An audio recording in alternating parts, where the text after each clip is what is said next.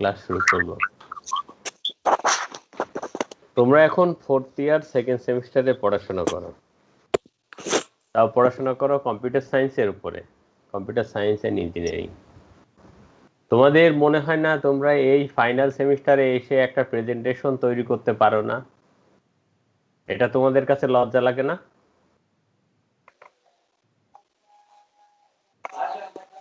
এটা কি ধরনের স্লাইড চুজ করতে হবে, স্লাইডের কন্টেন্ট কি হবে,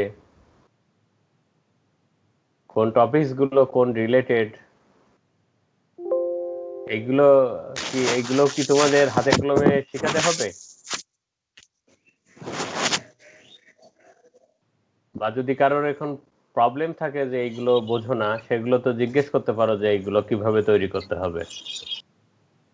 আমি তোমাদের প্রেজেন্টেশন স্লাইড এইগুলো প্রেজেন্টেশন দেখে আমি খুবই হতাশ। তোমরা 4th ইয়ার 2nd সেমিস্টারে পড়াশোনা করো, তো তোমাদের যে বেহাল দশা,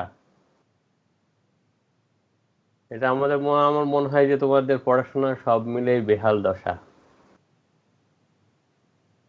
তোমরা কি জানো তোমাদের পরীক্ষা যে কোনো সময় হয়ে যেতে পারে? তোমরা ভাবছো যে করোনাকালীন সময়ে আমরা অনলাইনে ক্লাস নিচ্ছি, এটার কোনো বেনিফিট নাই, হয়তো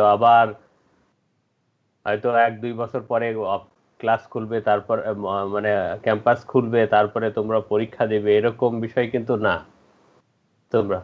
তোমাদের যে কোনো সময় যে কোনো পরীক্ষার জন্য তোমাদের কল পড়তে পারে।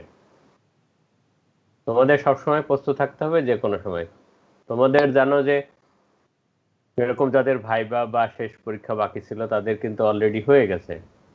তোমাদের পরীক্ষাগুলো কিভাবে কন্ডাক্ট করা যাবে, এই পরীক্ষাগুলো কিন্তু চিন্তা ভাবনা চলছে। একটা ভালো সলিউশন যে কোনো সময় পাওয়া গেলে যে কোনো সময় তোমাদের পরীক্ষার জন্য ডাকা হবে, তখন কিন্তু স্যার পরীক্ষা পরীক্ষার দিতে হবে। তো প্রিপারেশনে কি স্যার সময় পাওয়া যাবে না? হ্যাঁ, স্যার পরীক্ষার প্রিপারেশনের জন্য কি কিছু সময় দেওয়া হবে না ডেট তোমরা মতো? এতদিন যাবত কি করতেছো? তোমরা এই যে পড়াশোনা হচ্ছে, ক্লাস নেওয়া হচ্ছে, আমরা কি জন্য ক্লাস নিচ্ছি তোমাদের? তোমরা এই সময় পড়াশোনা করবে না, তোমরা পরীক্ষার আগে যে আবার বলবা যে 10 দিন ছুটি চাই?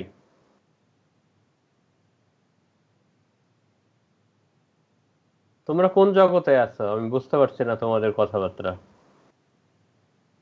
আমাদের এই যে বিভিন্ন শিক্ষকরা তোমাদের এই যে ক্লাস নিচ্ছে অনলাইনে, এগুলো এগুলো কি তোমাদের ইয়ার কি মনে হচ্ছে?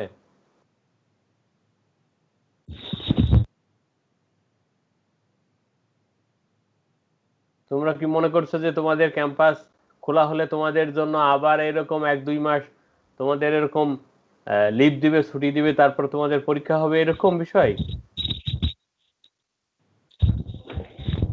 তোমরা তো বিভিন্ন জায়গায় ঝড় তুলে যাচ্ছ যে তোমাদের শিক্ষকরা ক্লাস নেয় না, এ নেয় না, কিন্তু তোমাদের তো কোনো প্রস্তুতি নাই।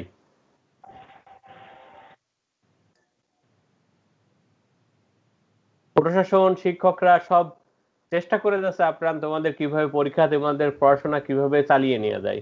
তোমরা তো চুপচাপ করোনার মধ্যে বসে আছো, বই খাতা থেকে নিজেদের গুটিয়ে রেখে।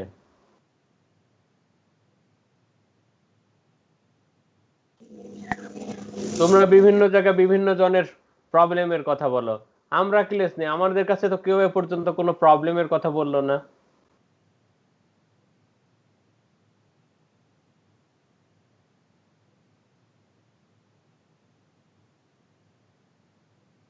আমি এই যে এতগুলো ক্লাস নিলাম, এই যে আজকে দিয়ে 10 নম্বর ক্লাস চলছে, 10টা অ্যাটেন্ডেন্স দেখছি, এটা একটা স্টুডেন্ট আমার বললো না যে এই প্রবলেম, এই টপিকস এর প্রবলেম, এইটা সমস্যা। আমাকে কেউ তো নক দিয়ে কিছু বলে না যে তোমাদের এই সমস্যা।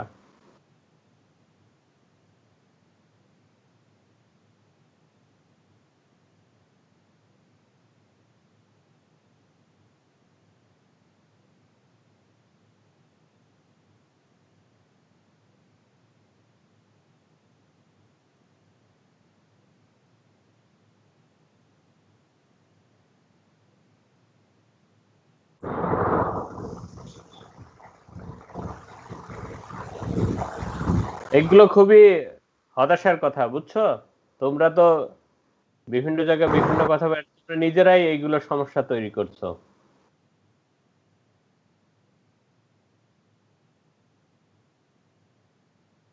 তোমাদের এই যে ক্লাস নেই, তোমাদের এই টপিকস এর উপর একটা অ্যাসাইনমেন্ট দিলে তোমরা বলো 2 সপ্তাহ 3 সপ্তাহ তোমাদের সময় দিতে হবে। What is this? এটা কি ধরনের?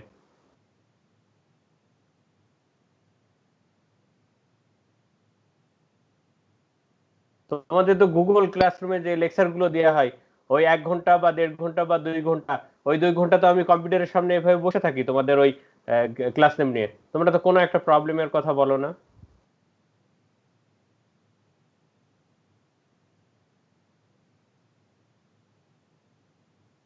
নাকি তোমরা ওই অ্যাটেন্ডেন্স দিয়ে আবার কম্পিউটার থেকে বন্ধ করে চলে যাও?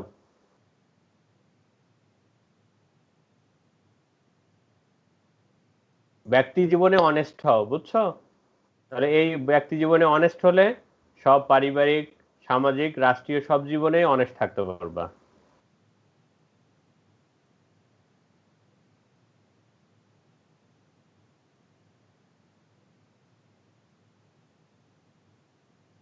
তোমাদের আমি বলেছি তো যে তোমাদের গুগল ক্লাসরুমে প্রথমে থাকা হবে, এইখানে প্রবলেম গুলো আগে বলবা। এই প্রবলেম গুলোর প্রথম ঝালাই হবে এইখানে গুগল ক্লাসরুমে। আমি তো ওই 1 ঘন্টা বা 2 ঘন্টা যতক্ষণ আমি ক্লাস না শেষ করি ততক্ষণ আমি কম্পিউটারের সামনে বসে থাকি। তারপর এরপরেও যখন হবে না, যে যেগুলো প্রবলেম হবে সেই প্রবলেম গুলো আমরা স্কাইপিতে আলোচনা করব। স্কাইপি প্রত্যেকটা ক্লাস যদি আমরা স্কাইপি করতে যাই তোমাদের ডাটা খরচ অনেক বেশি যাবে, যেহেতু এখনো তোমাদের ডাটা দেয়নি। সেই জন্য আমি কয়েকটা ক্লাস মিলে একটা স্কাইপি ক্লাস নিব, তোমাদেরই সাশ্রয় হবে। কিন্তু আমি একটা গুগল ক্লাসরুমে আমি তোমাদের প্রবলেমের কথা লিখতে বলছিলাম, মাত্র 3 জন 3টা টপিক্সের কথা লিখছে। আমি তো শুধু ওই 3টা টপিক্সে আলোচনা করব, আর কোনো টপিক্সে আলোচনা করব না। তোমাদের আর কোনো কারোর প্রবলেম নাই? ওই 3জন 3টা টপিক্সের নাম লিখেছে, এই 3টাই প্রবলেম।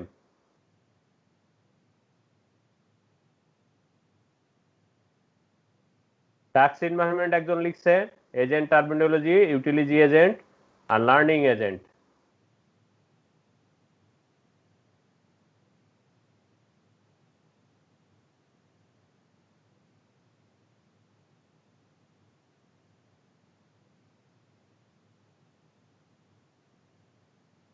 সিরিয়াস হও সবাই, বুঝছো? এই সময়গুলো যেভাবে মানুষজন আপ্রাণ চেষ্টা করছে, যার যেখান থেকে সমস্যা গুলো সলিউশন করা যায়, সবাই সব দিক দিয়ে সলিউশন করছে।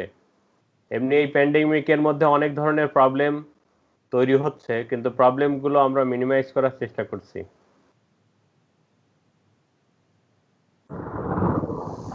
অনেকেই তো ক্যাম্পাস খোলা এগুলো নিয়ে আন্দোলনেও আছো। খুলতে হবে, আমরাও চাই ক্যাম্পাস তাড়াতাড়ি খোলা হোক। কিন্তু এই ক্যাম্পাসে একটা যার পরিবারে এই ধরনের আক্রান্ত হচ্ছে সেই বুঝতে পারছে। তোমরা মনে হয় জানো তোমাদের ইন্দ্রাণী ম্যামের হাজবেন্ড এবং ইন্দ্রাণী ম্যাম দুজনেই করোনায় আক্রান্ত, এবং তার হাজবেন্ডের অবস্থা খুবই খারাপ অবস্থা, সে আইসিইউতে আছে। তার মানে সে তো খুবই একটা স্ট্রং এনার্জেটিক মানুষ, বয়স খুবই কম।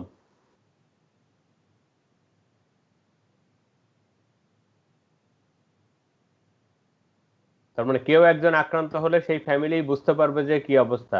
আর বাংলাদেশের চিকিৎসা ব্যবস্থা তোমরা জানোই, এই হাসপাতালে দৌড়াতে দৌড়াতে আরো কয়েকজন তার সঙ্গে অসুস্থ হয়ে যাবে।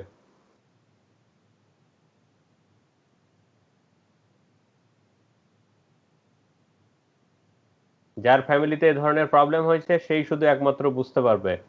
যাদের এই ধরনের প্রবলেমে পড়ে নাই সে হয়তো বুঝতে পারবে না যে আসলে এর দৌড় কত দূর।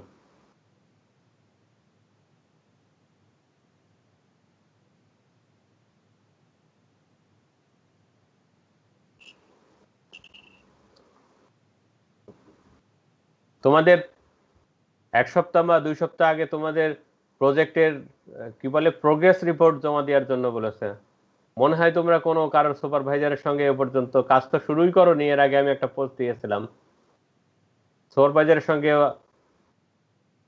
মনে হয় যোগাযোগ করেছো কিনা আমি জানি না। এটা আমার স্টুডেন্ট যারা কেউ যোগাযোগ করেনি, আমি ওটা ধরে নিব যে কেউ কারোর সঙ্গে মনে হয় যোগাযোগ করনি কেউই।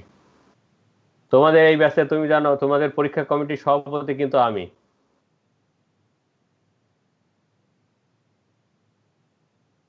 আমি তোমাদের অ্যালার্ট করার জন্য আগেই কিন্তু আমি তোমাদের গ্রুপে আমি পোস্ট দিয়ে রাখছি যে তোমাদের প্রজেক্টের কাজগুলো শুরু করে দাও। তোমাদের কিন্তু আজকে এই যে 13 তারিখ চলে গেল, তোমাদের মনে হয় 30 তারিখে প্রোগ্রেস রিপোর্ট জমা দিতে হবে। এটা হলো 4th ইয়ার ফার্স্ট সেমিস্টারের প্রোগ্রেস রিপোর্ট, যেটা অলরেডি তোমরা 4th year first semester complete করেছো। সব কোর্সগুলো কমপ্লিট হয়েছে থিওরিক্যাল, কিন্তু প্রজেক্টের বিষয়ে কোনো নাই, সেই জন্য প্রজেক্টের প্রোগ্রেস রিপোর্ট এগুলো কি স্টাডি করেছো সেইগুলো? তো এগুলো তো মনে হয় কেউ তোমরা মনে হয় এগুলোর কাজ প্রজেক্টের কাজ শুরু করনি আমার জানা মতে।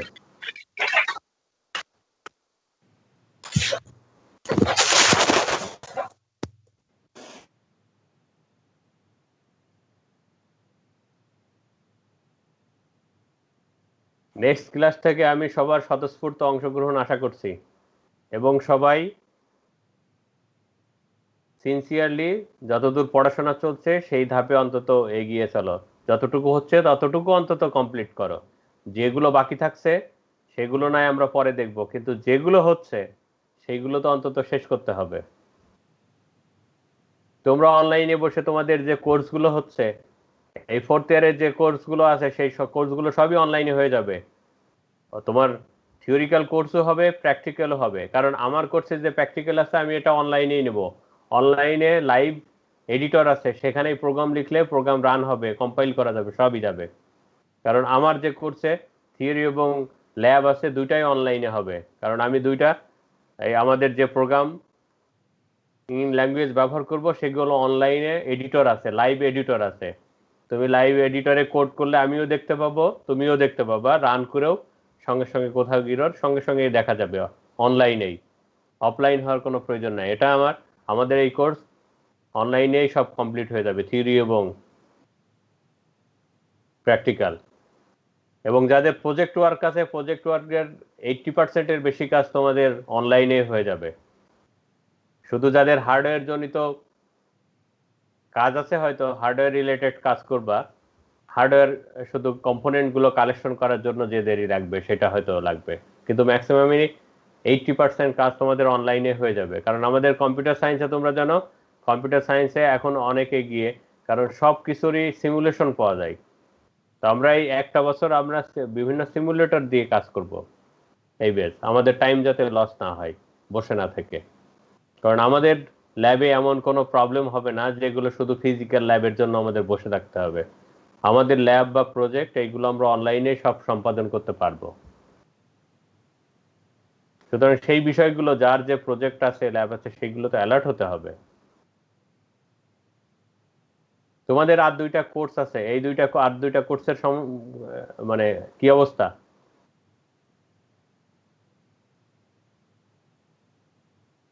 বলো, কে যেন কিছু বলতে চাও?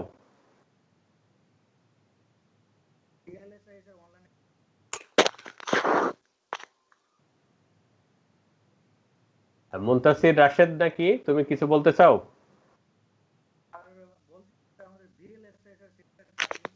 তোমার স্পিকার বা তোমার মাইক্রোফোন ঠিক করো, তোমার কথা আমি শুনতে পাই না।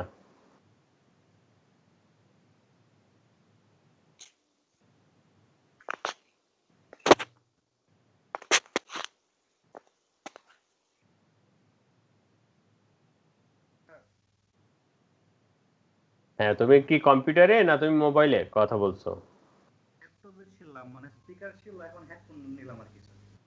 তোমার হেডফোন দেখো, হেডফোন হেডসেট সেটিংস ঠিক করো, তোমার কথা শোনা যায় না, খুব আস্তে আস্তে শোনা যাচ্ছে, বোঝা যাচ্ছে না সব কথা।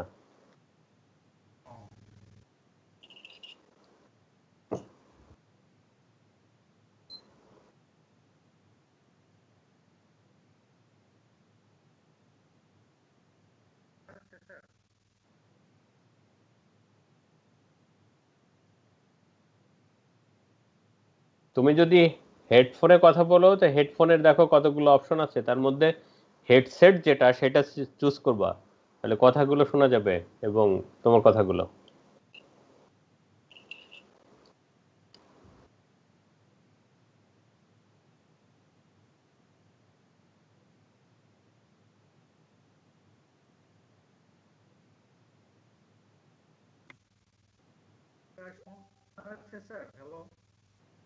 খুব আস্তে আস্তে তুমি বলতে থাকো। আমাদের স্যার সেলিম স্যার ক্লাস নিচ্ছেন স্যার বিএলএসআই অনলাইনে স্যার। হুম। আর স্যার জানতে চাইছিলাম স্যার আমাদের স্যার মানে এই 4 তে স্যার মানে আর্টিফিশিয়াল ইন্টেলিজেন্স স্যার কোন কোন ল্যাঙ্গুয়েজ ইউজ করা হবে স্যার? ওগুলোর উপর আমি ক্লাস নিব।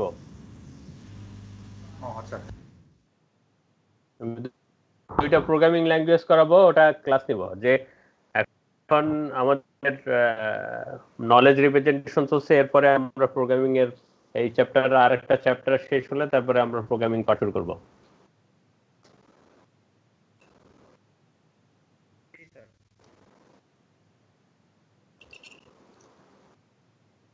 আমি যেগুলো ক্লাস নিই, আমার থিওরিক্যাল ক্লাস বা আমার যে ক্লাস লেকচার থাকে, আমার মানে পড়ানোর সঙ্গে সঙ্গে তোমরা সেটা কমপ্লিট করে ফেলবে।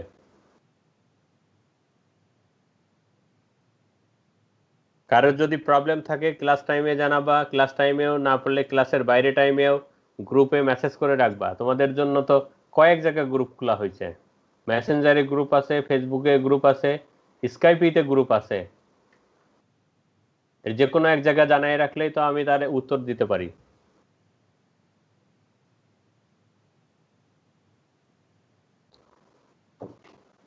আমার কথা কি বুঝতে পেরেছো সবাই?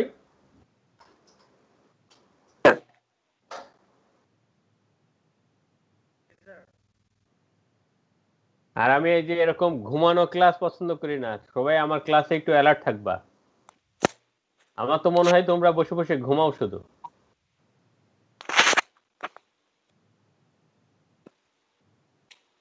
কারোর সাউন্ড জনিত প্রবলেম না থাকলে মাইক্রোফোন অন রাখবা, মাঝে মাঝে রেসপন্স করবা।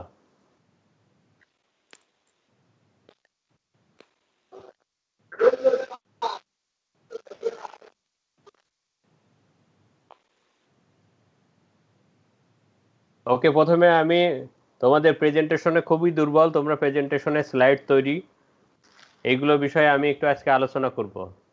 এই প্রেজেন্টেশন একটু ভালো কেয়ারফুলি তোমরা দেখবা। আমি একটা স্যাম্পল তৈরি করেছি, তোমাদের স্যাম্পল দেখে তোমাদের করাবো, এটা পড়াবো। এটা দেখে এই স্যাম্পলটা একটু বুঝতে পারলে তোমরা যে কোনো অ্যাসাইনমেন্ট বা যে কোনো রিপোর্ট বা তোমরা যে প্রজেক্টগুলো করো, এই যে কোনো তোমার আসলে এই তুমি প্রেজেন্টেশন তৈরি করতে পারবা। আমি প্রথমে সেটা একটু দেখব।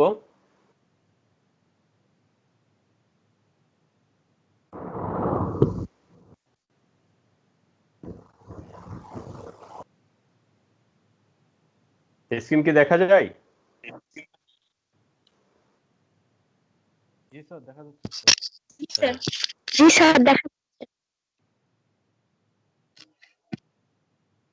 হ্যাঁ, প্রথমে আমাদের যেটা আমরা যে প্রেজেন্টেশন তৈরি করব স্লাইড, তো প্রথম কাজ আমরা বিভিন্ন টপিকসে কিন্তু প্রেজেন্টেশন আমরা তৈরি করি, তাই না? আমাদের টপিকস কিন্তু ভিন্ন ভিন্ন বিভিন্ন টপিকস হয়। তো তোমাদের প্রথম কাজ হবে, তোমাদের প্রেজেন্টেশনের জন্য তোমরা যেন বিভিন্ন টেমপ্লেট ব্যবহার করো। তো তোমাদের প্রথম কাজ হবে তোমাদের যে টপিকস রিলেটেড একটা টেমপ্লেট তৈরি করবা। তার ডিজাইন, তার ব্যাকগ্রাউন্ড, তার কালার, এসব কম্বিনেশন তোমার যে টপিকসের উপরে, সেই টপিকস রিলেটেড একটা টেমপ্লেট তৈরি মানে সিলেক্ট করবা। টেমপ্লেট কোথা থেকে কিভাবে সিলেক্ট করতে হবে আমি পরে দেখাবো। এটা হলো প্রথম কাজ, তোমাদের মনে রাখতে হবে যে তোমাদের একটা সুন্দর একটা টেমপ্লেট তৈরি করতে হবে। তোমাদের আমি ইতিপূর্বে যেগুলো দেখেছি ম্যাক্সিমামই একজন একটা তৈরি করেছে সেই বিগত সালের বা কারোর কাছ থেকে কালেকশন করে একই টেমপ্লেট ঘষা মাজা করে কপি পেস্ট করে ওই একই জিনিস বারবার তৈরি করো, যেটা প্রথম আউটলুক ওটা আমাদের আসলে খারাপ লাগে যে এটা তো নন, এটা দেখে আবার ওই একই রকম আছে। এটা একটা ভালো না, এটা হলো ব্যাড সাইড প্রেজেন্টেশনের প্রথম বিষয়। তোমরা প্রথমে একটা সুন্দর একটা টেমপ্লেট চুজ করবা, এটা হলো মাথায় রাখতে হবে।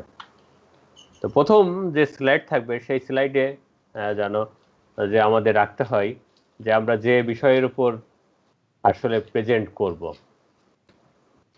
আমরা সেই টাইটেল একটা থাকে আমাদের। তো প্রথম কাজ আমাদের আমি এখানে যেমন আমরা একটা কোর্সের উপর, আমরা কোর্সের একটা টাইটেল, সেই জন্য আমি কোর্সের নামটা এখানে ছোট করে একটু লেখার চেষ্টা করেছি। অন্তত এটা দেখে আমরা বুঝতে পারবো যে এই কোর্সের আন্ডারের কোনো একটা টপিকস হবে। তোমরা যদি মনে করো যে তোমরা প্রজেক্টের কিছু করছো, তো প্রজেক্টেরও ওরকম একটা কোর্স আছে, কোর্সটা একটু লিখে দিলে আমরা বুঝতে পারবো যে এই কোর্সের আন্ডারে এই প্রজেক্টটা, এগুলো উল্লেখ করতে হবে। তাহলে এখানে দেখো আমরা সিএসসি আমরা এখানে কোর্সের নাম লেখা আমরা চেষ্টা করেছি যে 421 আর্টিফিশিয়াল ইন্টেলিজেন্স আমি এখানে ছোট করে লিখেছি। তারপরে এখানে প্রেজেন্টেশন টাইটেলটা, যে টাইটেলের উপরে তোমরা প্রেজেন্ট করবা সেই টাইটেলটা দিবা। কারোর প্রজেক্টের নাম হলে প্রজেক্ট টাইটেল, থিসিসের নাম হলে থিসিস টাইটেল, এবং এরপরে লিখবা হলো প্রিপেয়ার্ড বাই, মানে যে তৈরি করেছো তার নামটা আগে দিবা, সুপারভাইজারের নাম পরে, আগেই সুপারভাইজারের নাম। অনেকেই দেখি সুপারভাইজারের নাম আগে দেয়, বুঝতে পারছো? এইটা হলো অনেকে এটা সুপারভাইজারের নাম আগে দিয়া মানে সুপারভাইজারকে আগে বেশি করে তেল দিয়া, এই কাজ কিন্তু পছন্দ না, এটা হলো খুবই দৃষ্টিকটু। সুপারভাইজারকে বেশি তেল দিবা না, সেটা বুঝতে পারছো? এইগুলো হলো তোমরা যখন কোনো শিক্ষককে তেল দাও বা তাকে কিছু ইসের জন্য বলো, এটা সব শিক্ষক বা আমরা কিন্তু বুঝতে পারি। আমার সঙ্গে যে কথা বলো, আমাকে যখন তেল দেওয়ার চেষ্টা করো তখন কিন্তু বোঝা যায় কে তেল দিচ্ছে, কে স্বাভাবিক কথা বলছে। সুতরাং এইগুলো প্রয়োজন নাই। লেখাপড়ার বিষয়ে, একাডেমিক বিষয়ে কোনো তেল ব্যবহার করার প্রয়োজন নাই, বুঝছো?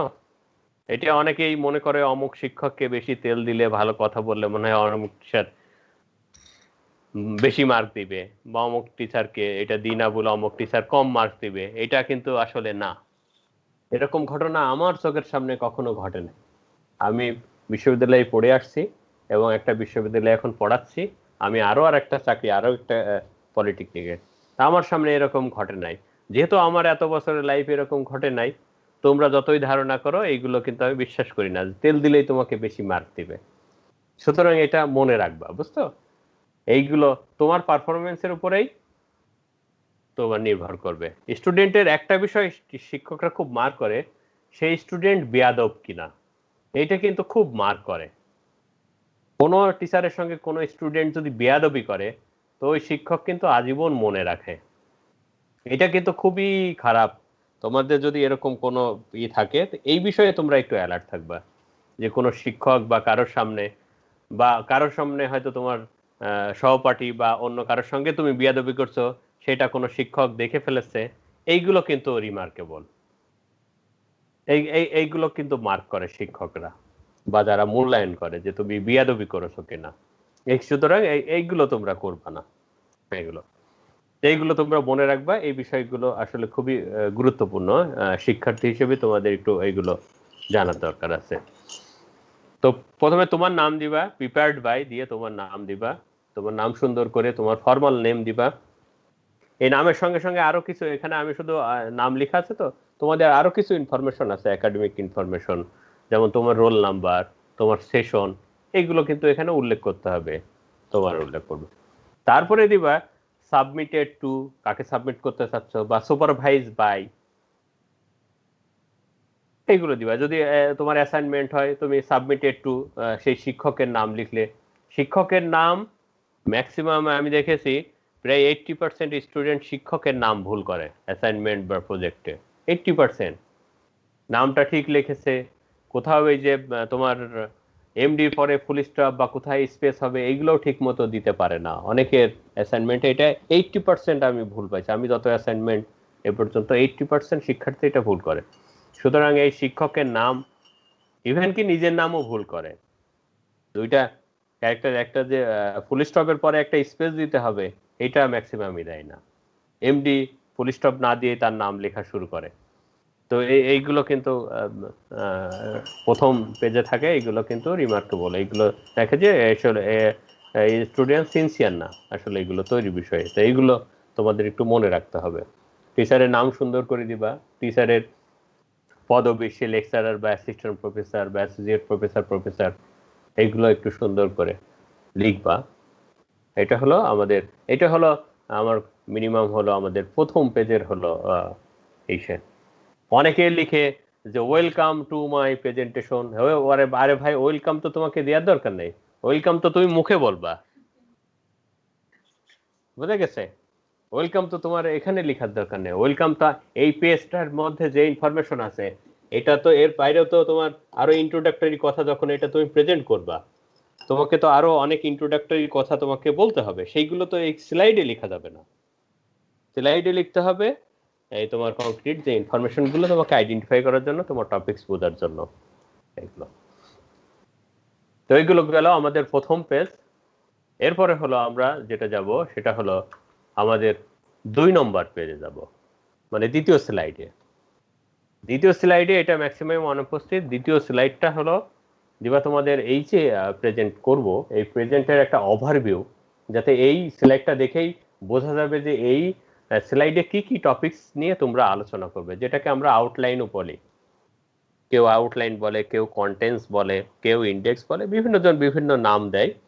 এখানে আমি আউটলাইনস দিয়েছি, তার মানে এখানে কোন কোন টপিকস নিয়ে আলোচনা করা হবে সেই টপিকসগুলো, মেইন টপিকসগুলোর নামগুলো লিখবা, নামগুলো লিখবে। এই টপিকসগুলোর উপরেই এক বা একাধিক পরবর্তীতে স্লাইডে আলোচনা করা হবে, টপিকসগুলোর নাম দিবে। তার মানে আউটলাইন দিয়ে তারপরে তোমাকে দিতে হবে এই টপিকসগুলোর নাম লিখতে হবে, টপিকস 1 টপিকস 2 এরকম নাম লিখতে হবে। এগুলো হলো এখানকার আমাদের আউটলাইনের কাজ। আউটলাইনে গেলে কি হবে, যে আমার এখানে কোন এই যে আমার মেন প্রেজেন্টেশন যে টাইটেলের আন্ডারে আমরা কোন কোন টপিকস নিয়ে আলোচনা করব সেইগুলো আমাদের দিতে হবে। এরপরে যেটা দিবা সেটা তোমাদের এই যে স্টাডিগুলো করলে এর একটা অবজেক্টিভস বা এম বা গোলটা তোমাকে আইডেন্টিফাই করবা। এটা একটা স্লাইড দিলেই চলবে, তোমার অবজেক্টিভস, তার মানে তোমার যে এই স্টাডি বা এই প্রেজেন্টেশন এটার আসলে অবজেক্টিভস কি, এটার গোল কি, সেটা তোমাকে কিন্তু এটা একটা স্লাইডে এটা বুলেট পয়েন্ট দিয়ে হয়তো 2টা বা 3টা সেন্টেন্স দিয়ে তুমি এখানে লিখতে পারবে। এটা একটা স্লাইড দিলেই হবে। কেউ বুলেট পয়েন্ট না দিয়ে কেউ অবজেক্টিভস, কেউ কোনো ডায়াগ্রাম বা ইমেজ ফিগারও দিতে পারো, যেটাতে তোমার এই স্টাডির অবজেক্টিভস গুলো আমরা বুঝতে পারবো। অবজেক্টিভস গুলো তোমাদের যেমন যে অ্যাসাইনমেন্ট দিয়েছিলাম, অ্যাসাইনমেন্টের টাইটেল কি ছিল? How to human brain work. How to human brain work. হ্যাঁ, এইটার যদি আমি অবজেক্টিভস লিখতে যাই, এটা অবজেক্টিভস কি? তাহলে অবজেক্টিভস দেখো, আমরা ব্রেন বিষয়ে আমাদের একটা ধারণা অর্জন করা হবে, যে আমরা এই হিউম্যান ব্রেন কি জিনিস সে বিষয়ে একটা ধারণা আমরা পাবো। আরেকটা অবজেক্টিভস আমরা এটা বলতে পারি যে এই ব্রেন কিভাবে কাজ করবে সেই বিষয়ে আমাদের একটা ধারণা হবে। এটা দুইটারও একটা অবজেক্টিভস হতে পারে তোমাদের ওই অ্যাসাইনমেন্টের।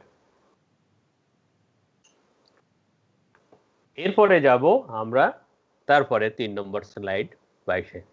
এইটা হলো আমাদের এখান থেকে হলো ইন্ট্রোডাক্টরি কিছু কথা আমরা লিখব।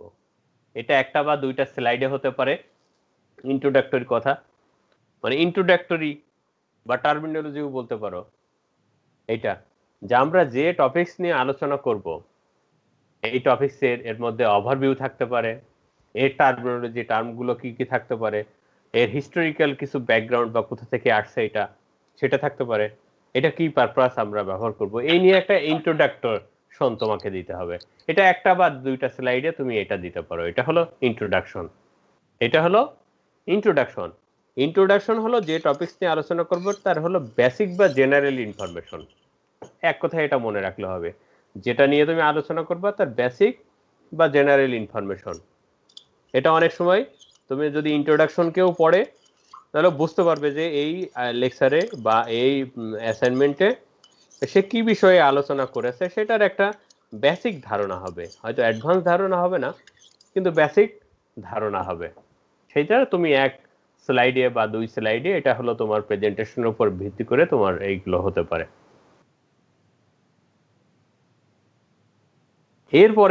এরপরে শুরু হবে তোমার মেন যে টপিক ছিল সেই টপিকসের উপরে তোমার আলোচনা। এরপরে তোমার যে স্লাইডের যে মেন আমাদের ছিল how to human brain work, সেই টপিকসের মেন যে টপিকসগুলো আছে সেইগুলো আলোচনা। এইখানে তোমার মাল্টিপল স্লাইড তুমি ব্যবহার করবা। এইখানে তোমার অ্যাপ্রোপ্রিয়েট ডায়াগ্রাম, ফিগার, ইমেজ এইগুলো ব্যবহার করতে হবে। কারণ কি, যখন তুমি ফিগার, ইমেজ, ডায়াগ্রাম এইগুলো ব্যবহার করবা তখন কি হবে, এটার হলো তোমার এই বিষয়ে একটা ধারণা বা নলেজটা তোমার অ্যাপ্রোপ্রিয়েট নলেজ তুমি পাবা, তোমার বা যে রিডার হবে রিডারের বেটার আন্ডারস্ট্যান্ডিং হবে। তার মানে তুমি যদি তুমি এখানে দাও, তার মানে এইখানে মেন ফোকাস রিলেটেড যে টপিকস আছে তোমার সেই টপিকস গুলো একদম অ্যাডভান্স লেভেল পর্যন্ত তোমাকে এখানে কয়েকটা স্লাইডে মাল্টিপল স্লাইড ব্যবহার করে তুমি এটা নিয়ে আলোচনা করবা। এবং এর সঙ্গে মনে রাখতে হবে অবশ্যই ডায়াগ্রাম, ফিগার, ইমেজ এইগুলো তুমি ব্যবহার করবা। মেইন টপিকস এরকম মেইন টপিকস যাবে, তুমি ঢালামেটা করে তুমি ওই বুলেট পয়েন্ট দিয়ে লিখতে পারো, ইমেজ দিয়ে লিখতে পারো। অবশ্যই একটা কথা মনে রাখবা, কেউ প্যারা আকারে এই যে হিস্টোরি ব্যাকগ্রাউন্ড এই যে বইয়ের মতো টেক্সট আকারে লিখে যাবে এরকম কিন্তু না। তুমি এখানে স্লাইড তৈরি করার তুমি ফিগার বা ডায়াগ্রাম দিবা, বুলেট একটা দুইটা সেন্টেন্স লিখবা, এইভাবে তোমার প্রেজেন্টেশন তৈরি করতে হবে। ওটার ব্যাখ্যা করবা কখন? তুমি তখন যেটা এটা প্রেজেন্ট করবা তখন ভার্বালি তুমি ওটা তোমার এর যে ব্যাকগ্রাউন্ডের যে ব্যাখ্যা সেই ব্যাখ্যাগুলো তুমি প্রেজেন্ট করবা, নট এখানে স্লাইডে ব্যাখ্যাগুলো দেওয়ার কোনো প্রয়োজন নাই। এখানে এই যে 2 কলাম বা 3 কলাম বা 4 কলাম করে তুমি এটা লিখতে পারো, তোমার টপিকসের উপর নির্ভর করবে।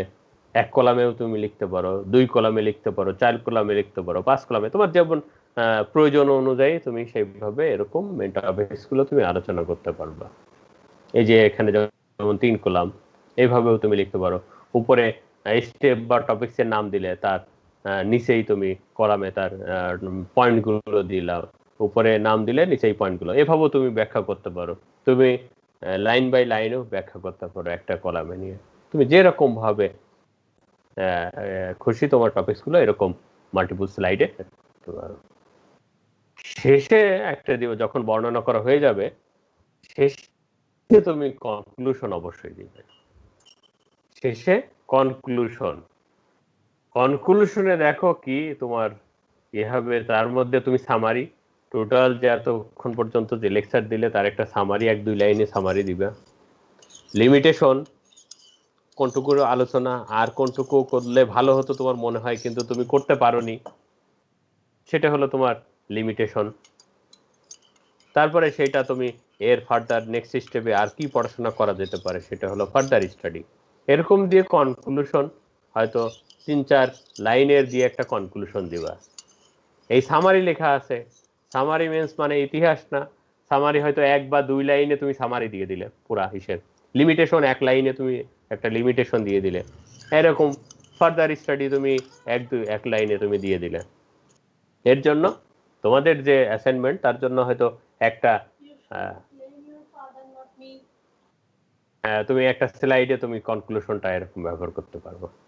এটা হলো তোমার একটা জেনারেল একটা প্রেজেন্টেশন, এইভাবে তৈরি করবা এটা। এর সঙ্গে তোমার যদি প্রজেক্ট বা থিসিস রিপোর্ট হয় তার জন্য তোমার এক্সপেরিমেন্ট, তার রেজাল্ট, এইগুলোর আরোই হবে। তোমার মেইন টপিকসের বর্ণনা হবে, তার সঙ্গে তোমার এর সঙ্গে যোগ হবে তোমার যে এক্সপেরিমেন্ট আছে, কনক্লুশনের আগে তুমি দিয়ে দিবা এক্সপেরিমেন্ট, তারপর সেই এক্সপেরিমেন্টের কি রেজাল্ট সেগুলো বর্ণনা করলে তোমার এটা তোমার প্রজেক্ট বা থিসিসের জন্য এই তোমার স্লাইড তুমি ব্যবহার করতে পারবে। জাস্ট কনক্লুশনের আগে তুমি তার এক্সপেরিমেন্ট এর জন্য স্লাইড সংযুক্ত করবা, আর তার এক্সপেরিমেন্টের রেজাল্টের জন্য তুমি স্লাইড, মানে এইটাই তোমার হবে। তোমার প্রথম পেজে থাকবে তোমার টাইটেল পেজ, দ্বিতীয় তোমার ওভারভিউ পেজ বা আউটলাইন পেজ, তৃতীয় থাকবে তোমার অবজেক্টিভস, চতুর্থ থাকবে তোমার ইন্ট্রোডাকশন, পঞ্চম থাকবে তোমার রিলেটেড মেন টপিকসগুলো, তারপরে তোমার যদি এক্সপেরিমেন্ট থাকবে এক্সপেরিমেন্ট, তারপরে তুমি লিখবা তোমার রেজাল্ট যদি থাকে তোমার রেজাল্ট, তারপরে তুমি কনক্লুশন দিয়ে শেষ করে দিবা। এইটা তোমার হলো প্রজেক্ট বা থিসিস। হলে এই 8টা পয়েন্ট থাকলেই তোমার প্রজেক্ট থিসিস কমপ্লিট হয়ে যাবে। আবার তোমরা শুনে রাখো, তোমার যদি প্রজেক্ট বা থিসিস হয় তুমি প্রথমে টাইটেল স্লাইড, তারপরে তোমার আউটলাইন স্লাইড, তারপরে তোমার অবজেক্টিভ স্লাইড, তারপরে তোমার ইন্ট্রোডাকশন স্লাইড, তারপরে তুমি লিখবা তোমার মেন যে টপিকসগুলো ছিল সেই তার জন্য মাল্টিপল স্লাইড তোমাকে ব্যবহার করতে হবে। এরপরে তোমার এক্সপেরিমেন্টের জন্য যে সেট আপ আছে সেগুলো বর্ণনা করতে হবে স্লাইডে, কয়েকটা স্লাইডে। তারপরে তোমার সেই তার রেজাল্ট কি হবে সেটা, এক্সপেরিমেন্ট আর রেজাল্ট তুমি একসঙ্গে করেও বর্ণনা করতে পারো, আলাদা করেও বর্ণনা করতে পারো। তারপরে ফাইনালি তুমি কনক্লুশন দিয়ে শেষ করে দিবা এটা। আর তুমি এখন যে আমাদের কোর্সের বিভিন্ন আমরা অ্যাসাইনমেন্ট বা প্রেজেন্টেশন দিই, এর জন্য তোমার টাইটেল পেজ, এর জন্য তোমার আউটলাইন, তোমার অবজেক্টিভস, ইন্ট্রোডাকশন, আর মেইন টপিকসের যে বর্ণনা আছে সেই মেইন টপিকসের বর্ণনা দিবা আর শেষে কনক্লুশন লিখবা। এখানকার জন্য তোমার এক্সপেরিমেন্ট বা রেজাল্ট এইগুলোর প্রয়োজন নাই, সেজন্য এগুলো দেওয়ার প্রয়োজন নেই।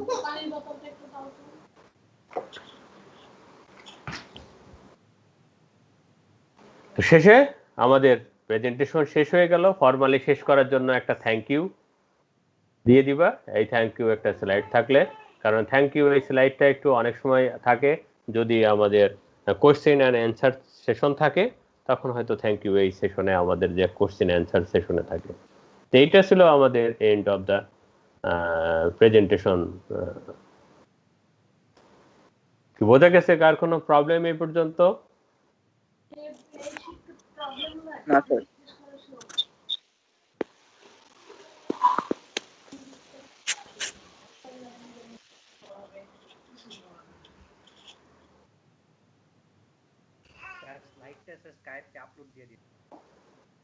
আচ্ছা, আমি ওই গুগল ক্লাসরুমে আমি আপলোড দিয়ে রাখবো, ঠিক আছে?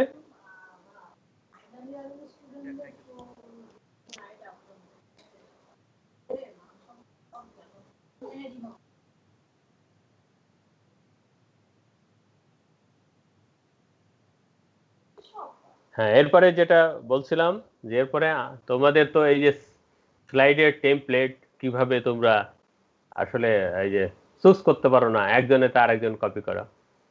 তোমরা পাওয়ার পয়েন্টে যাবা, নিউতে ক্লিক করবে। দেখা যাচ্ছে স্ক্রিন? জি স্যার, দেখা যাচ্ছে। নিউতে ক্লিক করবা। এই নিউতে দেখবা এখানে কিছু, এই দেখো প্রেজেন্টেশন, এই যে এই সাজেস্টেড ইনক্লুড প্রেজেন্টেশন, এখানে ক্লিক করবা।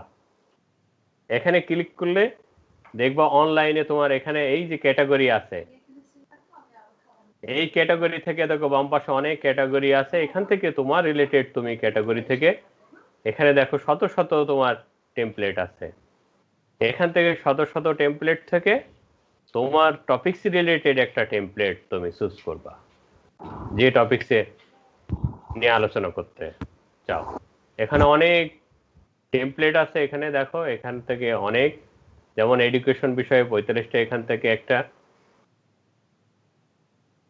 আমি মনে করো যে হাই স্কুল প্রেজেন্টেশন, এটা আমি চুজ করলাম। এখান থেকে ক্রিয়েট করি। দেখো এখানে আমাদের প্রিডিফাইন কিছু টেমপ্লেট দেখো অনেকগুলো এখানে আমাদের আছে। এখানে আমার যেগুলো দরকার সেইগুলো আমার মতো করে আমি কাস্টমাইজ করব। বুঝতে পারছো? আমার যদি মনে করো গ্রাফ বা চার্ট তৈরি করার দরকার হয়, এ দেখো এখানে সুন্দর দেয়া আছে, আমি এখানে ডাটা পরিবর্তন করে দেব। আমি এখানে ডাটা পরিবর্তন করলে আমার এই চার্টগুলো কিন্তু আমার স্লাইডের মতো আসবে। এখানে দেখো অনেক ধরনের আছে, তুমি এরকম যদি ভেন ডায়াগ্রাম বা পাই চার্ট বা টেবিল, দেখো আমাদের অনেক সময় টেবিল দরকার হয়। টেবিল দেখো এর সঙ্গে রিলেটেড টেবিল গুলো আছে। আমার আরো দরকার পড়ে আমি এখানে রো কলাম ইনসার্ট করতে পারবো। আমাদের দেখো এখানে ইমেজ, ভিডিও ইনসার্ট করতে পারবো। এখানে অনেক আছে, এই যেমন থ্যাংক ইউটা এখানে এরকম আছে। বুঝতে পারছো? এরকম আমার স্লাইডে আমার যতটুকু দরকার আমি এখানে কাস্টমাইজ করে নিব। তোমার যদি মনে করো যে একই স্লাইড যদি মাল্টিপল দরকার, এখান থেকে কপি পেস্ট তো তোমরা করতেই পারো, যে এটা আমি নিব, এটা নিয়ে আমি কপি পেস্ট করব। তো এরকম তুমি অসংখ্য আছে, তোমরা এখান থেকে আসলে চুজ করতে পারবা। এখানে প্রেজেন্টেশনে যে তোমার ক্যাটাগরি অনুযায়ী তুমি এখান থেকে চুজ করবা।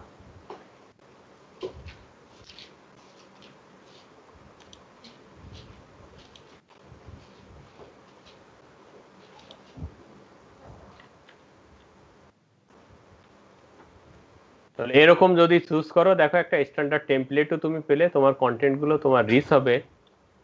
একজনের সঙ্গে আরেকজনের মিল হওয়ার কোনো সম্ভাবনা নাই, কারণ যখন এটা কাস্টমাইজ করবা এক একজনের মতো, এক একজনের চিন্তা ভাবনা এক এক রকম, এক এক ধরনের কাস্টমাইজ হবে।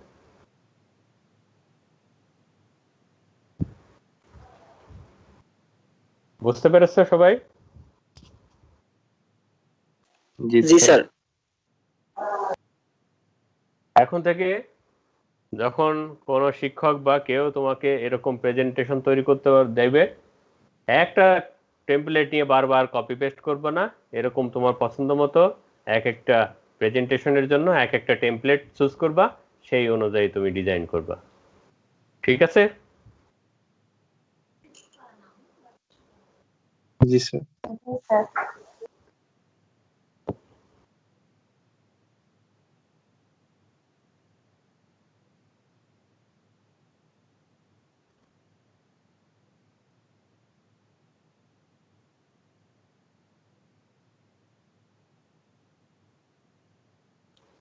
হ্যাঁ, আমরা এজেন্টের উপরে একটু ওভারভিউ ক্লাসটা একটু দেখব। ওভারভিউ, কারণ আমরা যদি ডিটেলস ক্লাস নিতে যাই আমাদের অনেক ঘন্টার প্রয়োজন, সেই ক্ষেত্রে তোমাদের অনেক সময় থাকতে হবে। তো আমরা একটা ওভারভিউ, যেগুলোতে আমাদের বেশি প্রবলেম থাকে সেইগুলো আমরা এজেন্টগুলো দেখব একটা করে।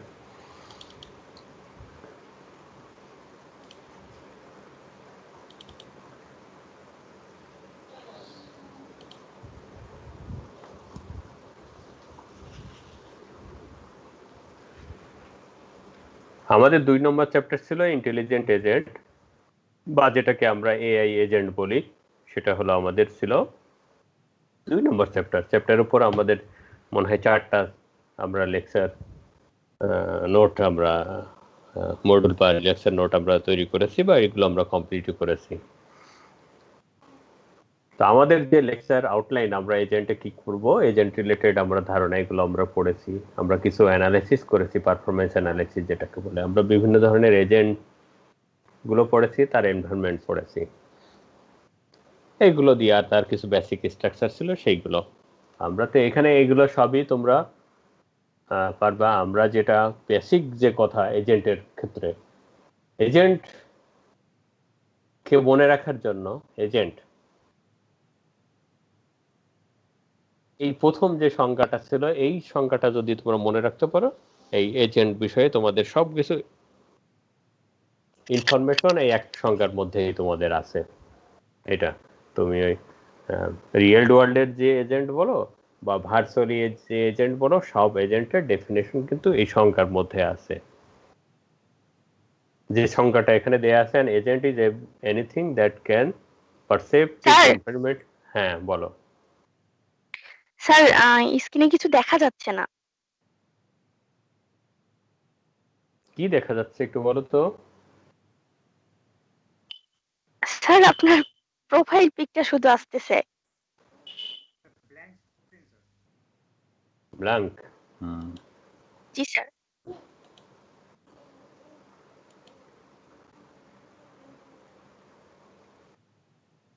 এখন কিছু দেখা যায়? না স্যার, আগের মতোই। ওকে, আমি আবার শেয়ার করি নতুন করে।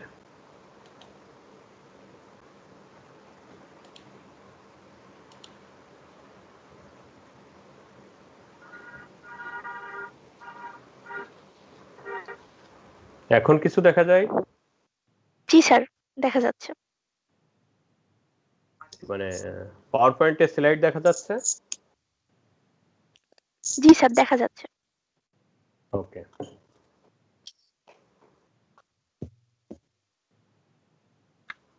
তো যেটা বলছিলাম, এটা ছিল আমাদের এজেন্টের উপরে প্রথম লেকচার। আমরা এই লেকচারগুলোতে এজেন্ট বিষয়ে একটা বেসিক ধারণা নিয়েছিলাম, বিভিন্ন ধরনের এজেন্টগুলো পড়েছিলাম, তার পারফরমেন্সগুলো নিয়ে একটু আলোচনা করা হয়েছিল, এজেন্টগুলো যে এনভায়রনমেন্টের উপর কাজ করে সেগুলো একটু আলোচনা করা হয়েছিল, আর ফর্মালি কিছু এজেন্টের ক্লাসিফিকেশন, যেটা হলো ক্লাসিফিকেশন বা টাইপসগুলো, ক্যাটাগরিগুলো আমরা পড়েছিলাম। তো এজেন্টের বেসিক টার্মগুলো নিয়ে তোমাদের কারোরই প্রবলেম থাকার কথা না। শুধু একটা কথা এখানে মনে রেখো যে আমরা যে এজেন্ট মানে যে কোনো কিছু একটা এজেন্ট যে এনভায়রনমেন্টের উপর কোনো অ্যাকশন পারফর্ম করবে, সেটাকে এজেন্ট বলা হয়। তো এটা কিভাবে করবে? সাধারণত এনভায়রনমেন্ট থেকে ইনফরমেশন বা নলেজ পারসিভ করবে। এই পারসিভ করার মিডিয়া হলো বিভিন্ন সেন্সর ব্যবহার করা হয় এখানে। যখনই পারসিভ করা হয়ে যাবে তারপরে সেই এনভায়রনমেন্টের উপরে সেই পারসেপশন বা নলেজের উপর বা ইনফরমেশনের উপর বেস করে এনভায়রনমেন্টের উপর আবার অ্যাকশনগুলো পারফর্ম করবে। এই অ্যাকশনগুলো পারফর্ম করার জন্য বিভিন্ন অ্যাকচুয়েটার, বিভিন্ন এন্ড ইফেক্টর আছে বা বিভিন্ন সাপোর্টিং কম্পোনেন্ট আছে যেগুলো দিয়ে সাধারণত এনভায়রনমেন্টের উপর অ্যাকশনগুলো পারফর্ম করে। বিভিন্ন এক্সাম্পলও তোমাদের দেওয়া হয়েছিল, এক্সাম্পলগুলো দেখলে বোঝা যাবে। যদি আমরা কোনো রোবোটিক এজেন্ট বিবেচনা করি, তার জন্য আমরা যে সেন্সর পারসেপ্ট করবো কি দিয়ে, বিভিন্ন ধরনের সেন্সর ব্যবহার করা হবে এখানে, সেটা এনভায়রনমেন্ট থেকে নিবে। আর অ্যাকশনগুলো পারফর্ম করবে বিভিন্ন মোটর বা বিভিন্ন আর্ম থাকবে, রোবোটিক্স আর্ম বা হুইল থাকবে, যেগুলো দিয়ে অপারেশনগুলো পারফর্ম করা হবে, মুভমেন্টগুলো কন্ট্রোল করা হবে, দেখা হবে, সেগুলো সাধারণত অ্যাকচুয়েটার বলা হয়। এগুলো খুবই বেসিক। আমাদের এখানে আমরা যেটা এখানে যাব,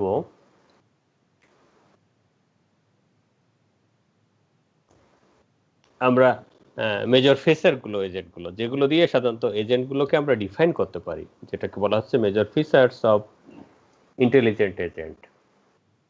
দেখো এই টার্মিনোলজিগুলো খুবই গুরুত্বপূর্ণ। এগুলো আমরা এজেন্ট ডিজাইন করার জন্য ব্যবহার করা হবে বা এজেন্টের যে পারফরমেন্স অ্যানালাইসিস করার জন্য এটা ব্যবহার করা হবে। দেখো কি কি আছে। প্রথমে আছে abilities, goals, peer knowledge, observation, past experience, তারপরে এখানে দেখো এনভায়রনমেন্ট, অ্যাকশন। এই টার্মগুলোর মধ্যে কিছু টার্ম আছে ইনপুট হিসেবে ব্যবহার করা হয়, কিছু টার্ম আছে আউটপুট হিসেবে কাজ করে। দেখো অ্যাবিলিটিস হলো ইনপুট। অ্যাবিলিটিস মানে এই যে এজেন্ট ডিজাইন করা হয়েছে, এই এজেন্ট তার অ্যাবিলিটি কি, মানে সে কি কাজ সম্পাদন করতে পারবে, সেটাকে বলা হচ্ছে তার অ্যাবিলিটি। এরপর হলো গোল বা প্রিফারেন্স, তার মানে এই এজেন্ট কোন কাজের জন্য আমরা ব্যবহার করব সেই গোল আমাদের প্রিডিফাইন থাকবে। যে কোনো এজেন্ট এর গোল অবশ্যই প্রিডিফাইন, কারণ এই গোলকে বা অবজেক্টিভকে সামনে রেখে কিন্তু এজেন্টগুলো ডিজাইন করা হয়। প্রিয়ার নলেজ, এটা প্রিয়ার নলেজ খুবই ইম্পর্টেন্ট। এটা বেসিক নলেজ বা প্রিভিয়াস নলেজ বা বেস নলেজ আমরা যেটা বলি। সাধারণত এজেন্টগুলো এই প্রিয়ার নলেজ বা প্রিভিয়াস নলেজের উপর ভিত্তি করেই সাধারণত অপারেশনগুলো পারফর্ম করবে বা গোল অনুযায়ী সে অ্যাকশনগুলো পারফর্ম করবে। আমরা যখন নতুন একটা কোনো জিনিস সামনে পাই, পড়াশোনা করি, তো এইগুলো যখন পড়াশোনা করে আমরা বোঝার চেষ্টা করি, এই বোঝার চেষ্টা আমাদের কিন্তু আগে যা জানা আছে সেইগুলো কিন্তু আমাদের এই নতুন জিনিসকে বুঝতে সাহায্য করে। এই আগে যা জানা আছে সেইগুলো হলো প্রিয়ার নলেজ। এরপর হলো অবজারভেশন। এইটা দেখো আসবে এনভায়রনমেন্ট থেকে। অবজারভেশন মানে কারেন্ট সিচুয়েশন, বর্তমানে আমি একটা কাজ করতে চাই, এই বর্তমান কারেন্ট সিচুয়েশনে ইনফরমেশন কি হবে সেটা হলো অবজারভেশন। সেইটা হলো এনভায়রনমেন্ট থেকে পারসিভ করা হবে। এইগুলোর জন্য বিভিন্ন ধরনের সেন্সর ব্যবহার করা হয় অবজারভেশন করার জন্য। তুমি যদি দেখতে চাও এক ধরনের সেন্সর, তুমি যদি টাচ করতে ইনফরমেশন নিতে চাও এক ধরনের ইসে, তুমি যদি মনে করো যে সাউন্ড রিলেটেড ইনফরমেশন নিতে চাও এক ধরনের, প্রেশার রিলেটেড যদি ইনফরমেশন নিতে চাও তার জন্য আরেক ধরনের সেন্সর। এই বিভিন্ন ধরনের সেন্সর কিন্তু এখানে ব্যবহার করা হয়। বিভিন্ন ধরনের ক্যামেরা ব্যবহার করা হয় অবজারভেশনের জন্য। এটা কিন্তু আসবে ডিরেক্ট এনভায়রনমেন্ট থেকে। আর একটা আছে পাস্ট এক্সপেরিয়েন্স। এই যে তুমি কারেন্ট যে কাজ করছো, এই কাজ থেকে কিন্তু একটা এক্সপেরিয়েন্স গ্যাদার হবে, একটা নলেজ হবে, যেটা ভবিষ্যতে যখন আরেকটা কাজ করবা তখন এই প্রিভিয়াস এই এক্সপেরিয়েন্স এইটা কিন্তু কাজে লাগবে নতুন প্রবলেম সলিউশন করার জন্য। এই সবগুলো একসঙ্গে কম্প্যাক্ট হয়েই কিন্তু আসলে আমাকে কি মানে এজেন্টকে কি কাজ করতে হবে সেই কাজ সে ডিফাইন করবে, মানে সেই কাজ ডিফাইন করে বা সিলেকশন করবে। ডিফাইন তো করাই আছে, এখানে হলো কাজ সিলেক্ট করবে। এই যে ability, goal, peer knowledge, observation, past experience, এইগুলো সব ইনপুট। এইগুলো কম্বিনেশন করে এই রিয়েল লাইফ অবজারভেশনের জন্য এখন কোন কাজ সে সেই কাজ সিলেক্ট করবে, সেই বেস্ট যে সিলেকশন হবে, বেস্ট ম্যাচ হবে, সেটা কিন্তু অ্যাকশন আবার এনভায়রনমেন্টের উপরে অ্যাকশন করবে, এইটাই হলো মেনলি হলো মেজর ফিচার্স অফ এআই বা ইন্টেলিজেন্ট এজেন্ট। সাধারণত এই টার্মগুলো ইনপুট আউটপুট, এখানে কিন্তু যেগুলো ইনপুট আউটপুট কি বলে ফ্লো দিয়ে দেখানো আছে, কোনটা এনভায়রনমেন্ট থেকে আসছে, কোনটা আগে থেকে আসছে, কোনটা অ্যাকশন এনভায়রনমেন্টে যাবে, এটা কিন্তু মেন। এই ডায়াগ্রামটাই সামনে আরো অনেক জায়গায় ব্যবহার করা হয়েছে, কিন্তু একটু মডিফিকেশন করে, কিন্তু বেসিক জিনিস কিন্তু এটাই কিন্তু বিভিন্ন জায়গায় ব্যবহার করা হয়েছে, জাস্ট মডিফিকেশন করে। এখানে দেখো কিছু এক্সাম্পল দেয়া আছে যে আমরা এই যে মেজর ফিচার গুলো বলছি, যে কোনো একটা আমরা দেখি। এখানে যেমন রোবট অ্যাবিলিটি কি কি, এর অ্যাবিলিটি হলো মুভমেন্ট, সে মুভমেন্ট করতে পারে, সে গ্রিপার ধরতে পারে, সে স্পেস কথা বলতে পারে, সে ফেসিয়াল এক্সপ্রেশন মুখের অঙ্গভঙ্গি সে করতে পারে বা দেখে, এইগুলো হলো তার অ্যাবিলিটি, মানে এই কাজগুলো সে করতে পারবে। অবজারভেশন, এখন এনভায়রনমেন্ট থেকে সে কি গ্রহণ করবে, সে ভিশন নেবে, দৃশ্য নেবে, সোনার নেবে, সে সাউন্ড নেবে, সে স্পেস রিকগনিশন নেবে, সে গেস্টার রিকগনিশন, এইগুলো হলো তার অবজারভেশন, এইগুলো হলো কারেন্ট, এখন এইগুলো নিবে, এইগুলোর উপর বেস করে সে অ্যাকশন পারফর্ম করবে। দেখো তার গোল কি কি, আমাদের এই রোবটটা আমরা কি পারপাস বা কি কাজে লাগাতে পারবো, ডেলিভারি ফুড দিতে পারে, ডেলিভারি করার জন্য, যে কোনো ফুড বা যে কোনো গুডস ডেলিভারি করার জন্য, রেস্কিউ পিপুল, যে কোনো পিপুল কোথাও একটা বিপদে আছে বা নদীর মধ্যে পড়ে গেছে, পানিতে পড়ে গেছে, তাকে উদ্ধার করার জন্য। আমরা যদি সেটা কোনো গেমিং হয়, গোল স্কোর করার জন্য, এক্সপ্লোর করার জন্য, কোনো একটা জিনিস আমরা নিজেরা আইডেন্টিফাই করতে পারছি না বা ওখান থেকে নিয়ে আসতে পারছি না, এই এক্সপ্লোরেশনও ব্যবহার করা যেতে পারে। এগুলো হলো রোবটের আসলে গোলগুলো। পাস্ট এক্সপেরিয়েন্স গুলো কি কি দেখো, পাস্ট এক্সপেরিয়েন্স মানে আগে যে কাজগুলো সে অলরেডি করে ফেলেছে। যেমন ইফেক্ট অফ স্টিয়ারিং, এটা যদি মনে করো যে ওই কার রিলেটেড কোনো রোবট হয়, কার চালানো, ইফেক্ট অফ স্টিয়ারিং কিভাবে ধরতে হবে, স্লিপার ইন্ডেক্স কিভাবে, এই যে তোমার কি হবে যে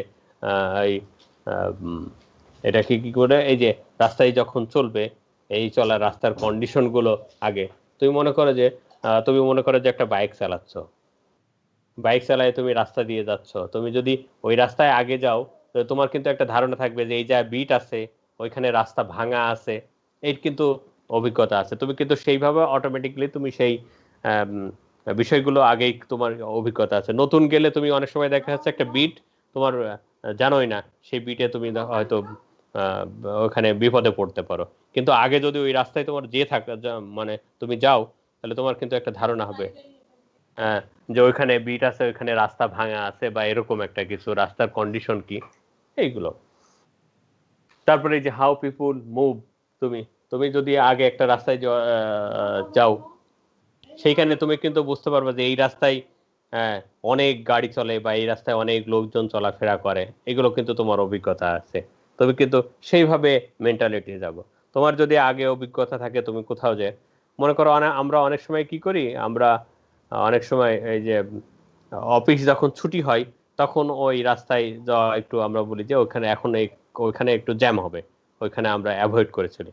কারণ কি, তুমি ওরকম অফিস ছুটির সময় একদিন হয়তো গিয়েছো, যে দেখছো যে ওইখানে অফিস ছুটির সময় বেশি লোকজন রাস্তায় চলাফেরা করে, সুতরাং আমি ওই রুটটা এখন অ্যাভয়েড করব। তো এইরকম পাস্ট কিছু এক্সপিরিয়েন্স, যেগুলো হলো আমাদের ফার্দার কাজের জন্য সহযোগিতা করবে। এটা হলো এক্সপিরিয়েন্স গুলো। এখন হলো প্রিয়ার নলেজ, দেখো মানে কোন নলেজ গুলো আমার বেসিক নলেজ গুলো, বেসিক কোনগুলো নলেজ থাকলে আমি কি এই যে আমরা যে অ্যাবিলিটি বললাম বা গোল আছে, এই অ্যাবিলিটি আর গোল নিয়ে আমরা অ্যাকশন পারফর্ম করতে পারবো। তো আমাদের এই রোবটের বেলায় কি আছে দেখো, হোয়াট ইজ ইম্পর্টেন্ট ফিচার, আমি অবজার্ভ করে নিলাম এর মধ্যে কোনটা ইম্পর্টেন্ট, মানে আমার কাজের জন্য কোনটা দরকার। ক্যাটাগরিজ অফ অবজেক্ট, বিভিন্ন অবজেক্ট আমি পাবো আমার যদি রোবোটিক্স এর জন্য হয়। মনে করো আমাকে দেয়া হলো যে তুমি এখন বাড়িতে বসে আছো, একটা রোবট তৈরি করেছো, রোবটকে ফুড দিয়ে তুমি বললে যে তোমার কোনো রিলেটিভস অফিসে আছে, সে অফিসে ডেলিভারি দিয়ে আসবে। তাহলে এখানে তোমাকে দেখতে হবে যে কোন কোন অবজেক্ট এর সঙ্গে তোমাকে রিলেটেড। তুমি অফিসে যাবে, তো অবজেক্টগুলো তোমার আইডেন্টিফাই, মানুষকে দিলে মানুষকে সেই অবজেক্টকে তোমাকে ডিটেক্ট করতে হবে, এরকম ক্যাটাগরাইজ করতে হবে। তো এরকম বিষয়গুলো যেগুলো ইম্পর্টেন্ট সেইগুলো তোমাকে কনসিডার করতে হবে, সেই ধরনের নলেজ এই এজেন্টকে থাকতে হবে।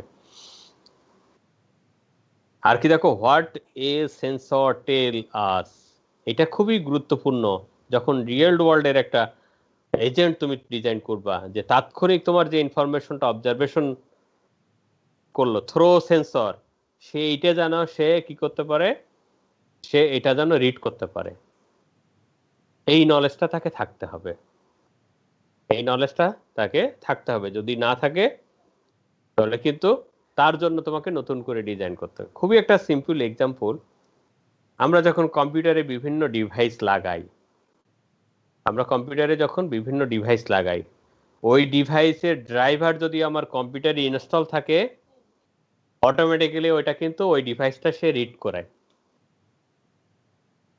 তার মানে ওই এই ডিভাইসের যে ইনফরমেশনগুলো দরকার, যে নলেজ দরকার, আমার কম্পিউটারে আগে থেকেই আছে। কিন্তু যদি আমার ওই ডিভাইসের কোনো ড্রাইভার যদি আগে থেকে আমার কম্পিউটারে ইনস্টল করা না থাকে, তখন কি হবে, ওই ডিভাইসটা সে কিন্তু আইডেন্টিফাই করতে পারবে না। তো সেম জিনিস, হোয়াট এ সেন্সর টেল আস, তার মানে ওই সেন্সর থেকে যে ডাটা নিল, এই ডাটা তো আমার এজেন্ট তো পড়তে পারবে না, যদি সেই রিলেটেড নলেজ না থাকে। তখনই পড়তে পারবে যখন ওই সেন্সর রিলেটেড ডাটা আমার এজেন্ট থাকবে। তো এরকম অনেকগুলো এখানে এক্সাম্পল দেয়া আছে, এক্সাম্পলগুলো তোমরা দেখো, সবগুলো আর আমি পড়বো না।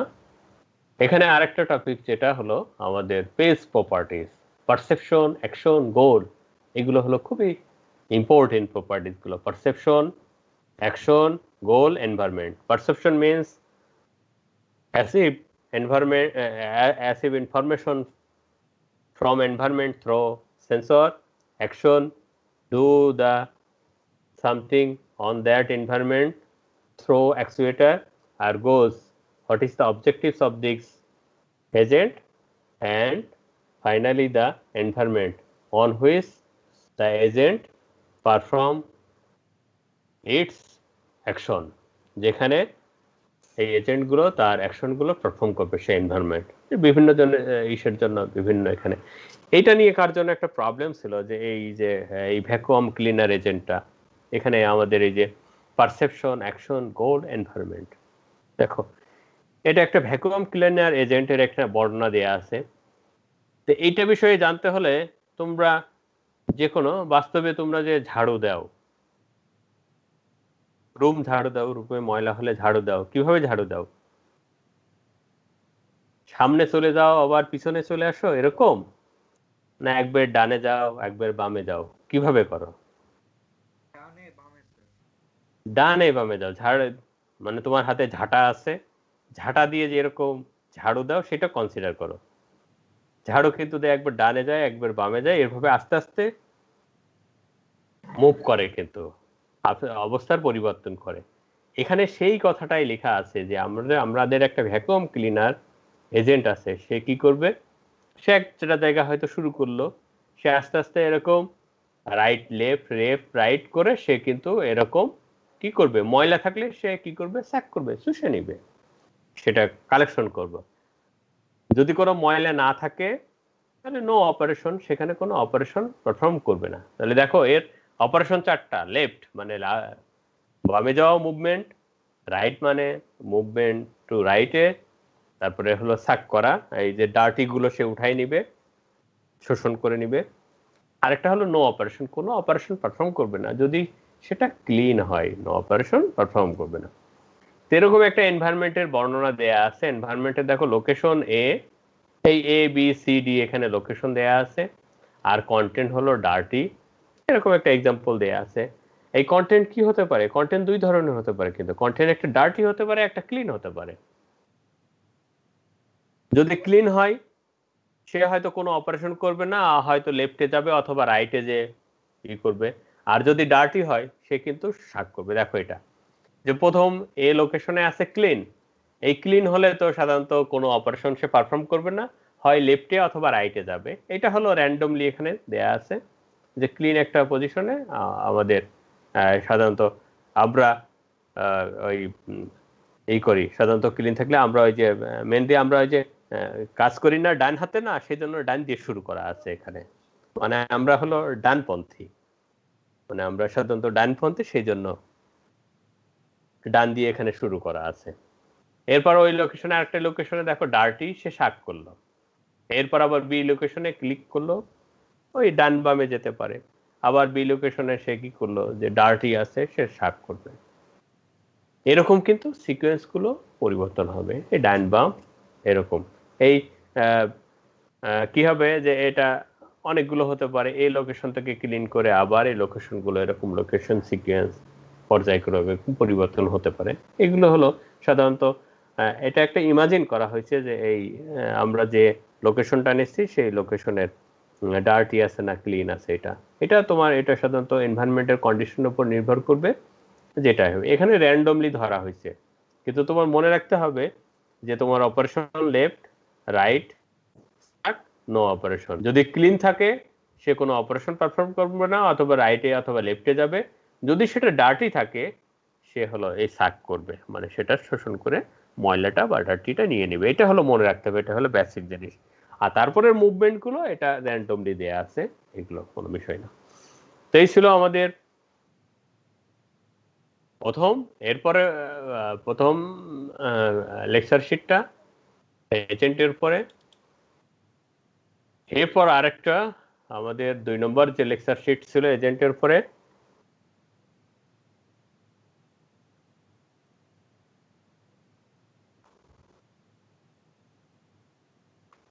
দেখা যায় জি স্যার।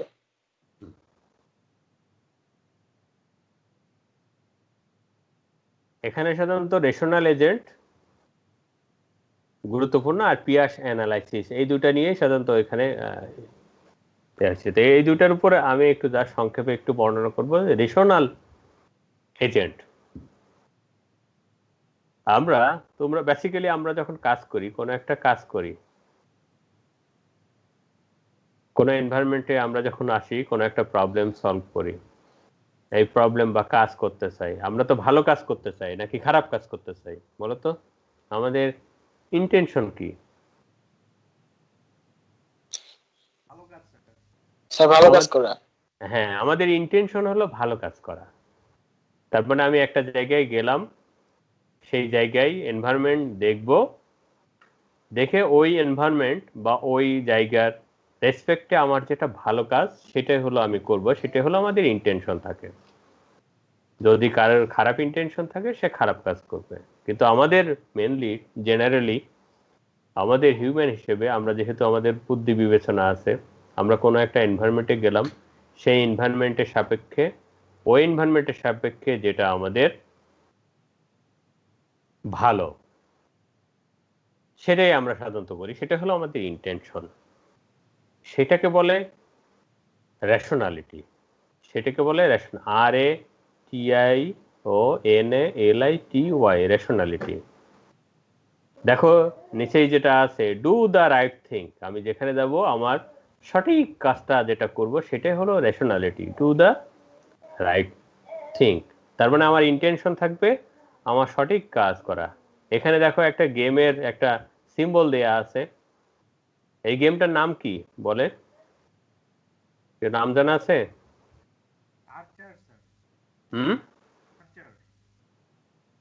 হ্যাঁ, আচ্ছা। তার মানে আমার সঠিক জায়গায় আমার তীর নিক্ষেপ করা, সেটাই হলো আমাদের, এটা হলো ডু দ্য রাইট থিং। তার মানে এটাই হলো আমাদের রেশনালিটি, এটাই হলো রেশনাল মেন, হলো এই প্রিন্সিপালের উপর ভিত্তি করে হলো রেশনাল এজেন্ট কাজ করে।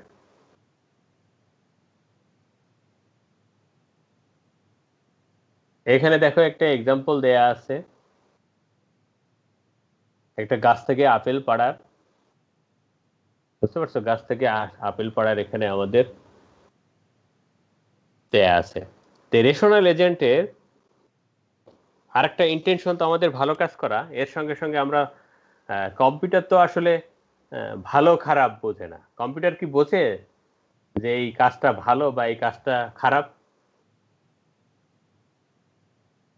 কম্পিউটার এই ভালো খারাপ কিভাবে বোঝে? কম্পিউটারে যখন কাজ করা হয়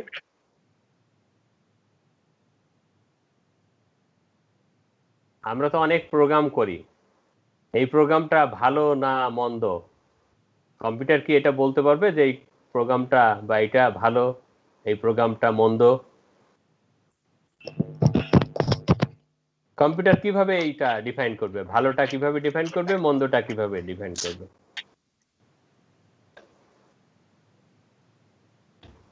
আর প্রিডিফাইন্ড কোনো লজিক দেওয়া থাকলে স্যার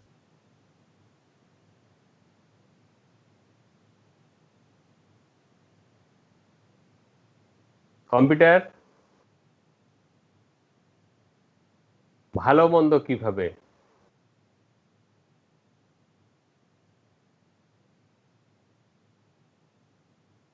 কম্পিউটারকে ভালো তখনই আমরা বলবো যখন ওই প্রোগ্রামটা বা ইনস্ট্রাকশনটা সাকসেসফুলি এক্সিকিউট হয়। সাকসেসফুলি এক্সিকিউট হওয়া, সেটাকে আমরা বলি হলো ভালো, এটা কাজ, আমার কাজগুলো সম্পাদন হয়েছে। বুঝতে পারছো? এইটা একটা। আর এর হলো পারফরমেন্স অ্যানালাইসিস করি, এর হলো পারফরমেন্স অ্যানালাইসিস করি, যে পারফরমেন্স হলো ম্যাক্সিমাইজ পারফরমেন্স অ্যানালাইসিস করি, সেই পারফরমেন্সের উপর ভিত্তি করে আমরা কিন্তু সেটা বলি যে ভালো এবং মন্দ, পারফরমেন্স অ্যানালাইসিস করি। এটা তার মানে আমাদের এই প্রোগ্রাম বা কম্পিউটার এক্সপেক্ট থাকবে যে ম্যাক্সিমাইজ পারফরমেন্স যখন মেজার করবো সেটা হলো ম্যাক্সিমাইজ করা। এটা হলো যত ম্যাক্সিমাইজ হবে তত এই কাজটা ভালো হবে, যত পারফরমেন্সটা ডিগ্রেড করবে, মিনিমাইজ হবে, তত আমরা ধরে নিই যে এটা হলো আমাদের খারাপ কাজ। তার মানে আমাদের এই যে সাকসেসফুলি যে কমপ্লিশন হবে, এই সাকসেসফুলি কমপ্লিশনের যে আমাদের যে পারফরমেন্সটা যত ম্যাক্সিমাইজ করতে পারবো, আমাদের উদ্দেশ্য থাকবে ম্যাক্সিমাম পারফরমেন্স, সেটা হলো আমাদের আসলে আমাদের ভালো।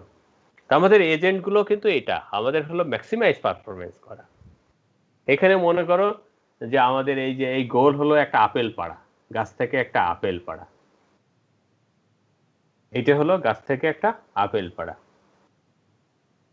এখন মনে করো গাছ থেকে একটা আপেল পাড়া, মনে করো গাছ থেকে আপেল পাড়া সম্পন্ন হয়নি, দুইটা এজেন্ট নিয়োগ করা হলো। একটা এজেন্ট কি করা হলো যে ওই আপেল পাড়ার জন্য সে একটা কিছু একটা লাঠি টাঠি কালেকশন করলো, তারপরে লাঠি নিয়ে সে হলো ওই আপেলে, যেটাকে বলে আমরা খোঁচাখুচি এরকম একটু ট্রাই করলো, একটা এজেন্ট করলো, কিন্তু পারতে পারলো না। আর একটা এজেন্ট কি করলো, ও যে দেখলো না এই আপেল তো আমার চেয়ে অনেক উপরে, আমার দ্বারা সম্ভব না, আমি বসে থাকি। আর একটা এজেন্ট কি করলো, সে ওই লাঠি নিয়েও ওই ট্রাই করার দরকার না, ও দেখলো যে না আপেল তো আমার চেয়ে অনেক উঁচুতে, তো আমার দ্বারা ওটা তো সম্ভব না। তাহলে কেউই কিন্তু আপেল পাড়তে পারলো না। তাহলে আমার যদি এখন বলে রেশনালিটি বা আমার পারফরমেন্স অ্যানালাইসিস করতে বলে, তাহলে আমি ভালো বলবো কাকে আর খারাপ বলবো কাকে?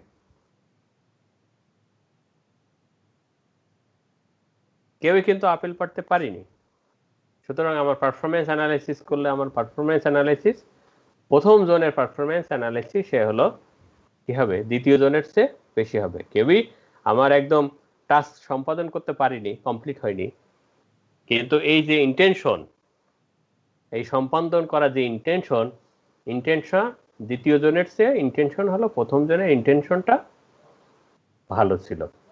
তো এইভাবে কিন্তু আমরা এই যে এজেন্ট, এই জন্য হলো রেশনালিটি, এই জন্য হলো রেশনাল এজেন্ট বলা হয়, যে আসলে যে এনভায়রনমেন্টে যে কাজ করা উচিত সেইটা যাতে করে, সেই অনুযায়ী সাধারণত এজেন্টগুলো তৈরি করা হয়। And rational agent is one that does the right thing based on what it can perceive and the action it can perform. তার মানে সেই সব এজেন্ট হলো রেশনাল এজেন্ট, যারা কি করবে ওই এনভায়রনমেন্টের সিচুয়েশন বা ইনফরমেশন অনুযায়ী ডু দ্য রাইট থিং, সঠিক কাজটা সম্পাদন করবে। অনেক সময় আমরা কাজ কমপ্লিশন করতে পারবো না, তাই বলেই আমরা বলতে পারবো না যে সে সাকসেসফুল না, তা তো বলতে পারবো না। তার হলো পারফরমেন্স মেজারমেন্টের উপর ভিত্তি করে আমরা কিন্তু ভালো মন্দ। তো দেখো ওই এই যে আমরা যে ডু দ্য রাইট থিং, এটার উপর ভিত্তি করে কিন্তু বিডিআই এজেন্ট মডেল, এই যে রেশনাল এজেন্ট। দেখো BDI, B for believes, C for desire, I for intention. তার মানে এই যে রেশনাল এজেন্ট তৈরি করতে হলে এই প্যারামিটারগুলো আমাদের কনসিডার করতে হবে, বিলিভস, ডিজায়ার, ইন্টেনশন। এটা শুধু এজেন্ট না, তুমি মানুষ হিসেবে যদি তুমি কোনো কাজ করতে চাও, তোমার এই তিনটা জিনিস তোমাকে মনে রাখতে হবে, বিলিভস, ডিজায়ার, ইন্টেনশন। বিলিভস তো আর বর্ণনা করার প্রয়োজন নাই, তোমার যে আইডিয়া, ট্রাস্ট, কনফিডেন্স নিজের এবং তোমার এনভায়রনমেন্ট বা তোমার প্রতিবেশী যারা আছে সবার। দেখো এখানে believes about itself, other agent and environments. তার মানে তুমি মানুষ হিসেবে তোমার নিজের বিলিভস, অন্যের তোমার আশেপাশে যারা আছে তাদের বিলিভস তাই সে বিষয়ে, এবং তুমি যে সমাজে বসবাস করছো সেই বিষয়ে তোমার কিন্তু believes, idea, trust and confidence. এটা হলো এই বিষয়, হলো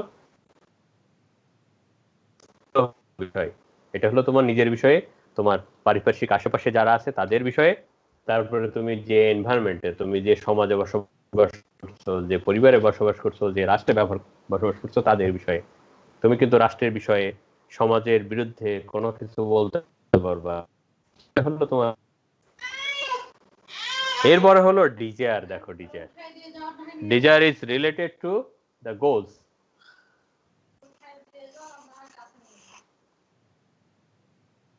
ডিজায়ার গুলো রিলেটেড টু গোলস, মানে যেটা ভবিষ্যতে হবে সেটা হলো ডিজায়ার। তোমার আশা কি? তুমি পড়াশোনা শেষ করে ভালো একটা চাকরি বাকরি করবে, তোমার অবস্থার অনেক পরিবর্তন হবে, সেটা হলো desire. Desire about the future state, তোমার ভবিষ্যতে বা যে কাজটা তুমি ভবিষ্যতে করতে চাও, গোল, অবজেক্টিভ, সেটা হলো ডিজায়ার। আর এই যে তোমার বিলিফস আছে, ডিজায়ার, এই যে বিলিফস, তোমার একটা বিশ্বাস, বিলিফস আছে, তুমি গোলে পৌঁছাতে চাও, তার জন্য তোমার ইন্টেনশন থাকতে হবে, মানে সঠিক প্ল্যান থাকতে হবে, তোমার ভালো কাজ করার স্প্রিয়া থাকতে হবে, সেটা হলো তোমার intention. Intention about its own future action বা অ্যাকশন প্ল্যানও আমরা বলতে পারি। তুমি বর্তমানে যে অবস্থায় আছো সেখান থেকে তুমি গোলে পৌঁছাতে চাও, সেক্ষেত্রে তোমার একটা ইন্টেনশন থাকতে হবে বা গোল প্ল্যান, তোমার একটা ভালো প্ল্যান থাকতে হবে। তাহলে সেই ক্ষেত্রেই তুমি কিন্তু তোমার অবজেক্টিভস তুমি ফুলফিল করতে পারবা। এটা কিন্তু এই রেশনাল এজেন্ট শুধু না, তোমাদের নিজের জীবনের জন্য এটা দরকার। বুঝছো? এটাই হলো ইসে। কারো যদি বিলিভস এবং ডিজায়ার থাকে, আমরা ধরে নিতে পারি তার ইন্টেনশন ভালো থাকবে। তোমার বিলিভস আছে, তুমি ভালো মন্দ বোঝো তোমার নিজের বিষয়ে, তোমার পরিবেশী, তোমার পরিবেশ বিষয়ে, দেশ বিষয়ে, পরিবার বিষয়ে, এটা একটা ভালো ধারণা আছে, বিশ্বাস আছে। তোমার ডিজায়ার আছে, তুমি অবজেক্টিভস আছে। তো এই দুইটা যদি থাকে, সাধারণত আমরা 3 নম্বরটা ধরে নিই যে তার ইন্টেনশন ভালো হবে, তার প্ল্যান ভালো হবে। সেটাই বলা হচ্ছে যে desire plus believes plus desire tends to intention. সেটাই হলো আমাদের রেশনালিটি।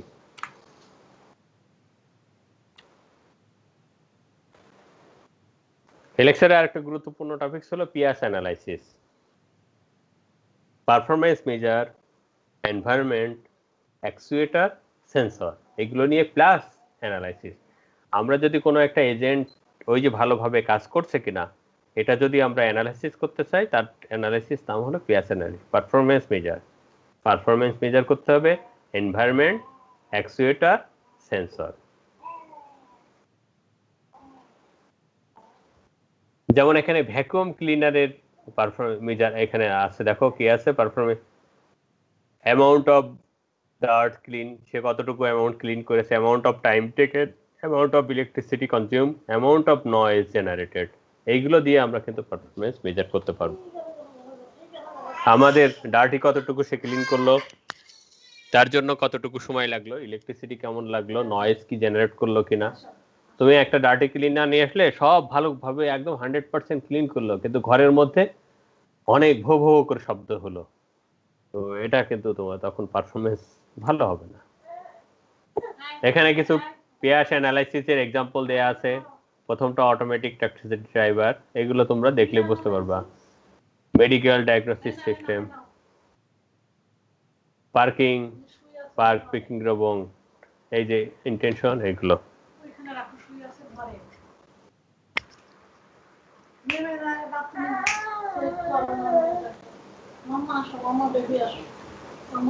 এখানে একটা গুরুত্বপূর্ণ দেখো টার্ম দিয়ে আছে। তোমরা অনেক সফটওয়্যার নিয়ে কাজ করেছো, তার মানে আমাদের এই এআই এজেন্ট বা ইন্টেলিজেন্ট এজেন্ট তার থেকে কিভাবে ডিফার করবে। দেখো এই তিনটা টার্মের সাধারণত বলা হয় কোঅপারেট, লার্ন, অটোনমাস। এই তিনটার কম্বিনেশন দিলেই আমরা একটা ইন্টেলিজেন্ট এজেন্ট বলতে পারি বা স্মার্ট এজেন্ট। যে হলো কোঅপারেট কাজ করবে, তারপরে একে অন্যের সঙ্গে সাপোর্টিভলি সে কাজ করবে, সে এনভায়রনমেন্ট থেকে লার্ন করতে পারবে, সে অটোনমাস ভাবে কাজ করতে পারবে। এইগুলো হলে আমরা তখন বলতে পারবো যে এইগুলো সাধারণত যখন আমরা অন্য সফটওয়্যার গুলো, কিন্তু সে অন্য সফটওয়্যার কোঅপারেট হতে পারে, রান করতে পারে, অটোনমাস হতে পারে, কিন্তু এই তিনটার কম্বিনেশনই হলো আমাদের এআই এজেন্ট।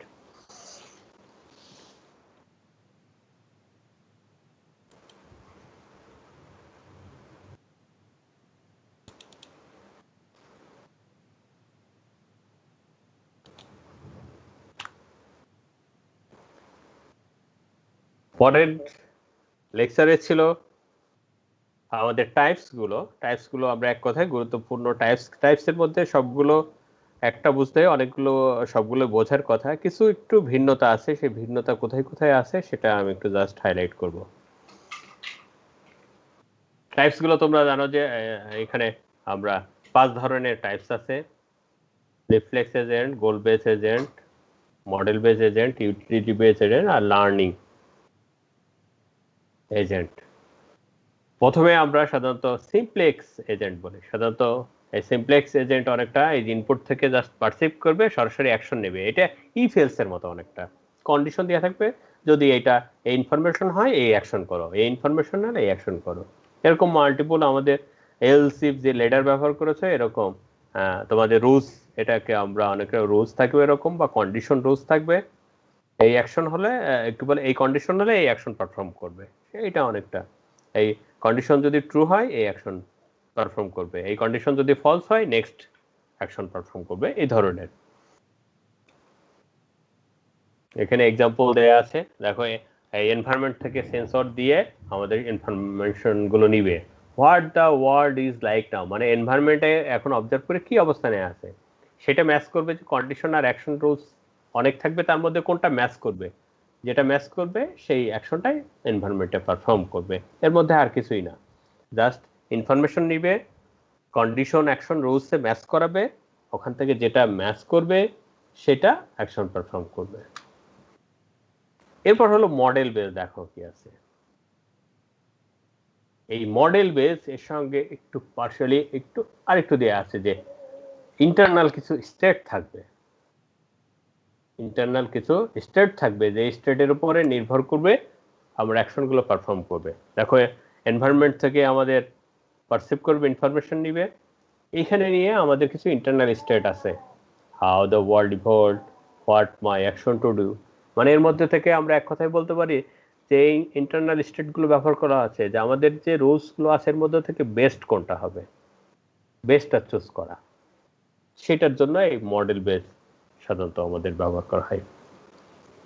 মানে এরকম যে আমাদের অনেক কন্ডিশন অ্যাকশন রুলস আছে, এর মধ্যে যেটা বেস্টটা হলো চুজ করার জন্য ইন্টারনাল স্টেটগুলো কাজে লাগে। এরপর হলো গোল বেস এজেন্ট, ওইটার সঙ্গে জাস্ট গোল দেয়া থাকবে, গোল অনুযায়ী আমার অপারেশন পারফর্ম হবে। আগে যেটা আমাদের কন্ডিশন অ্যাকশন ছিল, সেই কন্ডিশন অ্যাকশনের পরিবর্তে এখানে গোল থাকবে, মানে যে পারপাসে এই গোল আমরা ইনফরমেশন নিলাম, যে ইনফরমেশনের জন্য আমরা গোলের কাছাকাছি যেতে পারবো সেটা আমরা অ্যাকশন হিসেবে পারফর্ম করব। তার মানে আমার এইটা ওই আগের মতো maximize the performance of the agent. তার মানে এটা হলো আমাদের ম্যাক্সিমাইজ যে পারফর্ম অ্যানালাইসিস করে পাবো, সেটাই আমাদের অ্যাকশন হিসেবে পারফর্ম হবে। এটা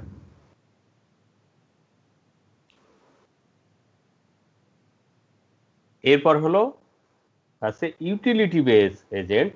এটা দেখো আমাদের আগের গুলো আমাদের ইউটিলিটি বেস এজেন্ট, এখানে হলো গোল না, এখানে হলো কিছু ইউটিলিটি ফাংশন থাকবে বা টুলস থাকবে।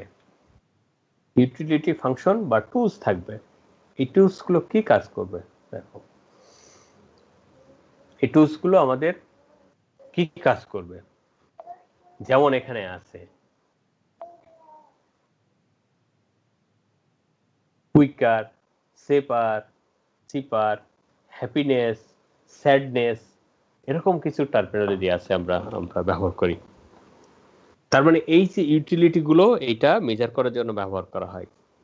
ইউটিলিটি গুলো এগুলো হলো কনসিডার করা হয়। মনে করো একটা এজেন্ট তুমি তৈরি করলে, সেই এজেন্টের কাজ হলো হ্যাপিনেস মেজার করা। এখানে সেই রকম একটা দেয়া আছে, হ্যাপিনেস মেজার করা। এই হ্যাপিনেস মেজার করা একটা ইউটিলিটি। তারপর এর জন্য আমাদের কি হবে, একটা ইউটিলিটি ফাংশন থাকবে। এর জন্য আলাদা আলাদা ইউটিলিটি ফাংশন থাকবে। কিরকম, মনে করো আমাদের দেখো আমরা ওই যে বিভিন্ন সফটওয়্যার ইনস্টল দিই। মনে করো যে তুমি কি বলে জাভার সফটওয়্যার ইনস্টল দিবা, বুঝতে পারছো? এই জাভার সফটওয়্যার ইনস্টল দিতে হলে দিলে আমাদের কাজটা হলো কম্পাইলার ব্যবহার করা। এখন এই জাভা কোড আমি লিখতে চাই, তাহলে জাভা কোড লেখার জন্য আমার কিন্তু আলাদা সফটওয়্যার লাগবে, আমার এডিটর ব্যবহার করতে হবে। বা HTML এর তুমি এরকম কোড লেখার জন্য তোমার এডিটর ব্যবহার করতে হবে। তো আমাদের এই সব সফটওয়্যার গুলো আমরা যখন ইনস্টল দিই, এর পাশাপাশি আমরা এডিটর গুলো অনেকের সঙ্গে আমরা ফ্রি থাকে, যে এডিটর গুলো আমরা ওই সঙ্গে সঙ্গে ওর সঙ্গে থাকে ইনস্টল করি বা ইনস্টল হয়ে যায় অটোমেটিক্যালি, এরকম আছে। কিন্তু এই যে এডিটর গুলো, এই এডিটর গুলো কিন্তু ওই প্রোগ্রামিং ল্যাঙ্গুয়েজের পার্ট না, এই এডিটর কিন্তু আলাদা। তো ওই প্রোগ্রামিং এনভায়রনমেন্টের জন্য এডিটর গুলো হলো টুলস বা ইউটিলিটি সফটওয়্যার। এইগুলো হলো ইউটিলিটি সফটওয়্যার। আমরা যখন এই যে বড় software Windows operating system install দিই, এই উইন্ডোজের ফাইল বাদ দিয়ে আরো অসংখ্য কিন্তু কিছু সফটওয়্যার অটোমেটিক্যালি ইনস্টল হয়, যেগুলো হলো ইউটিলিটি। ওইগুলো যদি আমরা পরে আনইনস্টল করেও দিই, আমাদের উইন্ডোজের কোনো প্রবলেম নাই। ওই সফটওয়্যারগুলো কি কাজে হয়, যে আমরা যে যখন বিভিন্ন আরো কাজ লাগবে, তখন ওই কাজগুলোতে এই সফটওয়্যারগুলোতে হেল্প করে, এইগুলোকে বলা হয় ইউটিলিটি সফটওয়্যার। তার মানে আমাদের কাজের সুবিধা, আমরা যে গোল আছে সেই গোলকে ত্বরান্বিত করার জন্য, আরো ভালো সাপোর্ট করার জন্য আমাদের এরকম ইউটিলিটি ফাংশন আছে। তো আমাদের এই এজেন্টগুলোতে এরকম যে একাধিক আমাদের এই ইউটিলিটি ফাংশনগুলো বা ইউটিলিটি মডিউলগুলো মেন অংশ না, কিন্তু এই যে এজেন্টগুলোর যে অবজেক্টিভ, যে কাজে ব্যবহার করা হবে সেই কাজে এরা সাপোর্ট করবে। সেই জন্য বিভিন্ন ধরনের এরকম ইউটিলিটি ফাংশন ব্যবহার করা হয়। এটা দিয়ে ইউটিলিটি ফাংশন কি হবে, যে ইউটিলিটি ফাংশনগুলো যে কাজগুলো আছে, আমাদের যে ডিজায়ার অবজেক্টিভস গুলো আছে, অবজেক্টিভসে হেল্প করবে। এটা এই যে এখানে যেমন দেয়া আছে কুইকার, কত সহজে কাজ করা যাবে, সেপার হতে পারে, সিপার হতে পারে, এই ধরনের ইউটিলিটি ফাংশন। এর জন্য এরকম ইউটিলিটি। দেখো এখানে প্রশ্ন লেখা আছে যে how happy I will be in such a state. তার মানে আমি এনভায়রনমেন্ট থেকে ইনফরমেশন পারসিভ করলাম, সেই পারসিভ করে এনভায়রনমেন্ট থেকে আমি দেখলাম যে আমার এটা হলো ম্যাক্সিমাম গোল। এই ম্যাক্সিমাম গোলে আমার একটু ইউটিলিটি ফাংশন হেল্প করবে, হেল্প করে আরেকটু সাপোর্ট করবে, যে আসলে এটা অনেকটা জাস্টিফাই করার মতো, যে আমি যেটা অ্যাকশন পারফর্ম করতে যাচ্ছি আসলে এটা ভালো হবে, সাপোর্ট করার জন্য ইউটিলিটি ফাংশনগুলো ব্যবহার করা। এরপরে লাস্ট ওয়ান আছে আমাদের হলো লার্নিং এজেন্ট। দেখো এই লার্নিং এজেন্টটা আমাদের কিন্তু খুবই গুরুত্বপূর্ণ এজেন্টগুলো। লার্নিং এজেন্টটা আমাদের খুবই গুরুত্বপূর্ণ এজেন্ট। এখানে দেখো কি মেনলি আমাদের 4টা পার্ট আছে এই লার্নিং এজেন্টের, বা 4টা কম্পোনেন্ট আছে।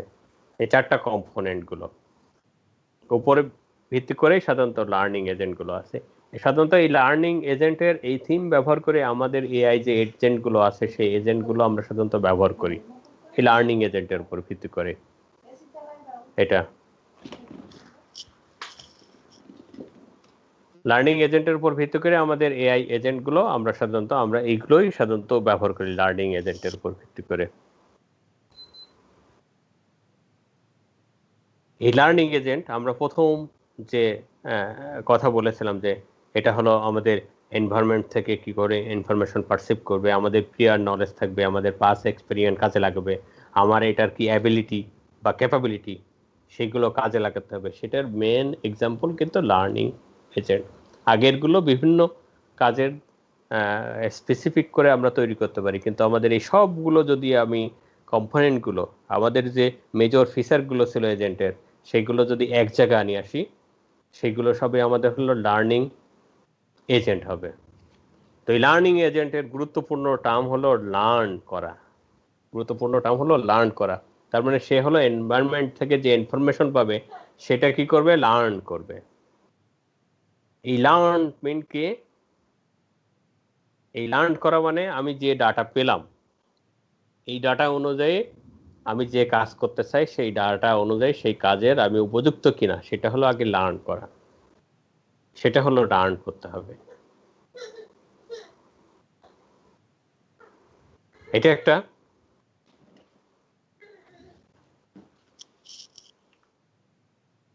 দেখো আমরা যদি ডায়াগ্রামটা দেখি আমাদের এনভায়রনমেন্ট থেকে সেন্সর দিয়ে আমাদের কি হলো,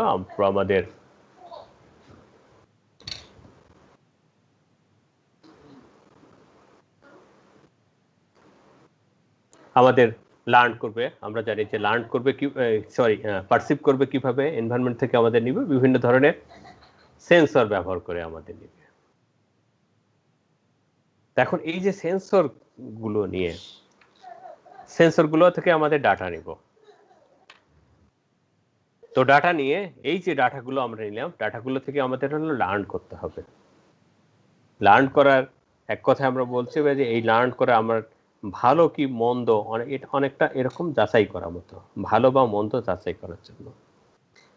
তো আমরা কি করি সাধারণত, আমরা যখন কোনো একটা নতুন জিনিস আমাদের সামনে আসে তখন আমরা যদি না বুঝতে পারি তো আমরা কি করি, সেই বিষয়ে কোনো এক্সপার্টের কাছে যাই। এক্সপার্টের কাছে যেয়ে বলি যে এই বিষয়টা আসলে কি, আমি তো বুঝতে পারছি না এই বিষয়টা কি। এক্সপার্ট আমাকে বলে দেয় যে এই বিষয়টা ইয়ে। সেইটাই হলো অনেকটা হলো এই যে ক্রিটিক। এই ক্রিটিক হলো তার কাজই হলো যে এই যে ডাটাগুলো আমি পেলাম সেই ডাটাগুলো ভালো মন্দ এগুলো হলো অ্যানালাইসিস করা, জাস্টিফিকেশন করা। এই যে লার্নের প্রথম ধারণ কিন্তু হলো আমাদের ক্রিটিক। আমরা এখান থেকে ক্রিটিসিজম বা এরকম বলি, মানে সমালোচনা করা, কিন্তু এর মাধ্যমে আলোচনা বা সমালোচনার মাধ্যমে ভালো বা মন্দ বের হবে লার্নিং।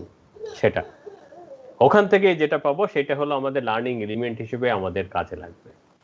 এটা ওখান থেকে হলো আমাদের লার্নিং কাজে লাগবে। আমাদের যখন এই যে লার্নিংটা প্রপার হয়ে যাবে আমরা জাস্টিফিকেশন করতে পারবো তখনই আমাদের এই যে লার্নিং গোলটা বা আউটপুট আমাদের প্রবলেম রিলেটেড আউটপুট পাবো, এটা দিব। এইটা আমাদের এখান থেকে কিন্তু লার্নিং এলিমেন্ট আমাদের আসবে। তারপরে ওখানে যদি আমাদের কোনো পারফরমেন্স মেজার করে পারফরমেন্স যদি ভালো না হয় আবার ব্যাক পাঠাবো, আবার নিব, আবার ব্যাক পাঠাবো। এই লার্নিংটা কিন্তু এইভাবে হবে। লার্নিং হয় সাধারণত ট্রায়াল অ্যান্ড এরর বেসিসে। এই লার্নিংটা হয় ট্রায়াল অ্যান্ড এরর বেসিসে। প্রথমে একটা লার্নিং আমি পেলাম আউটকাম, সেটা দেখলাম, আমার গোলের সঙ্গে মেলালাম, অবজেক্টিভের সঙ্গে দেখলাম যে না এটা গেল না, আবার ফিডব্যাক আমার পাঠাবো, আবার লার্ন করে আসবে। এটা হলো ট্রায়াল অ্যান্ড এরর। যখন এরর মিনিমাম হবে তখন সেইটাই আমরা অ্যাকচুয়েটের মাধ্যমে এনভায়রনমেন্টের উপরে পারফর্ম করব। এটাই হলো লার্নিং এজেন্টের কাজ। আমরা এনভায়রনমেন্ট থেকে এক কথায় আমরা বলতে চাই এনভায়রনমেন্ট থেকে আমরা ইনফরমেশন নিব, সেই ইনফরমেশন নিয়ে আমরা সেটা জাস্টিফিকেশন লার্নিংয়ে পাঠাবো, লার্নিং করে আমরা একটা আউটকাম দিব, আউটকাম দেখব যে আমাদের অবজেক্টিভস বা টার্গেটের সঙ্গে মেলে কিনা। যদি দেখা গেল না মেলে না, তখন ইরোর বলা হয় এটাকে, আবার ট্রায়াল করা হবে, আবার লার্নিং করা হবে, এরকম ট্রায়াল অ্যান্ড ইরোর এটাকে বলা হয়। এটা একটা ধাপে হয় না, এটা হলো একটা ইটারেটিভ প্রক্রিয়া। দেখো এখানে একটা ইটারেশনই দেওয়া আছে, একটা ইটারেটিভ প্রক্রিয়া মানে বারবার, এটা একটা লুপিং সিস্টেম, বারবার কত সময় করতে হবে আমরা কিন্তু জানি না। এটা হলো ট্রায়াল করব, ইরোর হবে, আবার ট্রায়াল। একদম 100% ইরোর মুক্ত হবে না, তো একটা মিনিমাম লেভেলে যাব, যে এই পর্যন্ত আমাদের যদি ইরোর হয় তাহলে আমাদের স্যাটিসফ্যাক্টরি লেভেলে যাবে। এইটাই হলো আমাদের লার্নিং এজেন্ট ছিল, এটাই হলো এখানে হলো আমাদের গুরুত্বপূর্ণ টার্ম ছিল। লাস্ট আমাদের যেটা এজেন্টের ছিল, এখানে আর কিছু না, এনভায়রনমেন্ট নিয়ে আমরা একটু আলোচনা করব। এনভায়রনমেন্ট খুবই গুরুত্বপূর্ণ ইসের জন্য, এজেন্টের জন্য, কারণ এনভায়রনমেন্টের উপর বেস করে আমাদের এজেন্টগুলো সাধারণত তৈরি করা হয়। এনভায়রনমেন্ট এখানে খুবই গুরুত্বপূর্ণ। তুমি যদি একটা এনভায়রনমেন্ট যদি ফ্রেন্ডলি না পাও এজেন্টের জন্য, সেই এনভায়রনমেন্টে ওই এজেন্ট কাজ করতে পারবে না। এনভায়রনমেন্ট কিন্তু খুবই গুরুত্বপূর্ণ। তারপরে যে ডাটাগুলো কালেকশন করবে এনভায়রনমেন্ট থেকে সেন্সর দিয়ে, যদি ওই এনভায়রনমেন্ট অ্যাক্সেসেবল না হয়, সেই এজেন্ট ওই এনভায়রনমেন্টে কাজ করতে পারবে না। এজেন্টের যেমন একটা অ্যাবিলিটি বা ক্যাপাবিলিটি আছে কাজ করার, এই কাজ করার আবার উপযুক্ত এনভায়রনমেন্টও দরকার আছে। উপযুক্ত এনভায়রনমেন্ট না হলে ওই এজেন্ট কাজ করতে পারবে না। তাহলে দেখো এটা হলো দুইটা পক্ষ, একটা হলো এজেন্ট পক্ষ, আর একটা কিন্তু এনভায়রনমেন্ট যার উপরে সে কাজ করবে। তাহলে সেই জন্য এখানে এই যে এনভায়রনমেন্টটা কিন্তু খুবই গুরুত্বপূর্ণ। এনভায়রনমেন্ট, তার environment, nature of the environment, এটা এর উপর ভিত্তি করে বিভিন্ন ধরনের এই যে এনভায়রনমেন্ট এখানে তোমরা পড়েছো, সেগুলো আমরা একটু দেখব কি আছে। আমরা একটা প্রথম দিন একটা এক্সাম্পল পড়েছিলাম, টিউরিং টেস্ট।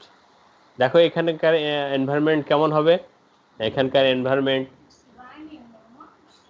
ছিল যে আমাদের 3টা রুম ছিল, তার 3টা রুমের একজন ইন্টারোগেটর ছিল, আর 2জন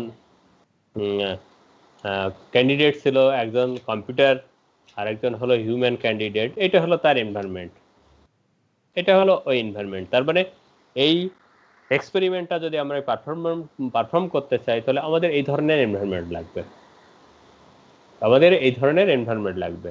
তার মানে 2জন মানুষ লাগবে আর একটা মেশিন লাগবে। এটা হলো এই এনভায়রনমেন্টের জন্য। একজন মানুষ একজন কোশ্চেন করবে, ওই মেশিন বা যে হিউম্যান আছে সে অ্যান্সার দেবে। এটা হলো আমাদের এই এনভায়রনমেন্ট টিউরিং টেস্টের। এরকম অনেক ধরনের এনভায়রনমেন্ট আছে, discrete, continuous environment, observable, partially observable environment, static, dynamic environment, single agent, multi agent, single agent, accessible, inaccessible, deterministic, non deterministic, episodic, non episodic, মানে যে বারবার একই ঘটনা ঘটবে সেই ধরনের। এখানে দেখো কিছু এনভায়রনমেন্টের এক্সাম্পল সহ এখানে দেয়া আছে। দেখো অবজারভেবল, তোমরা সবাই দাবা খেলা জানো, তোমরা কিন্তু সবাই দাবা খেলা জানো। এই দাবা খেলায় কিন্তু যতগুলো ঘর থাকবে সবগুলো ঘরে কিন্তু অ্যাক্সেস করা যায় না, সব ঘর অ্যাক্সেস করা যায় না। তার মানে এটা কিন্তু ফুলি অবজারভেবল না।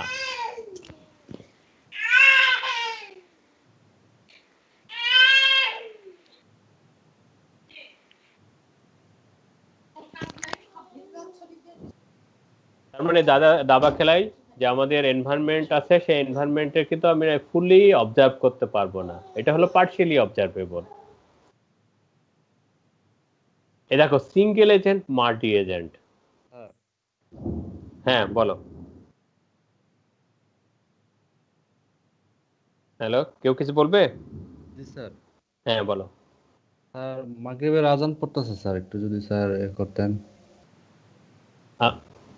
জাস্ট আমি 5 মিনিটের মধ্যে শেষ করে দিব, আমি শেষের ঠিক দিকে। আছে জি স্যার। নামাজ পড়বে না, জাস্ট 5 জি স্যার, মিনিটে শেষ করে দিন। হ্যাঁ আমি বুঝতে পারছি, এই জন্যই বলতেছিলাম। আমার 5 মিনিট আছে, আচ্ছা ঠিক আছে। এই এক্সাম্পল গুলো দিয়ে দিলে হয়ে যাবে। তো আমাদের দেখো সিঙ্গেল এজেন্ট, মাল্টি এজেন্ট। আমাদের সিঙ্গেল এজেন্ট মানে যে এনভায়রনমেন্টে একটা এজেন্ট কাজ করে আর যে এনভায়রনমেন্টে মাল্টিপল এজেন্ট কাজ করে।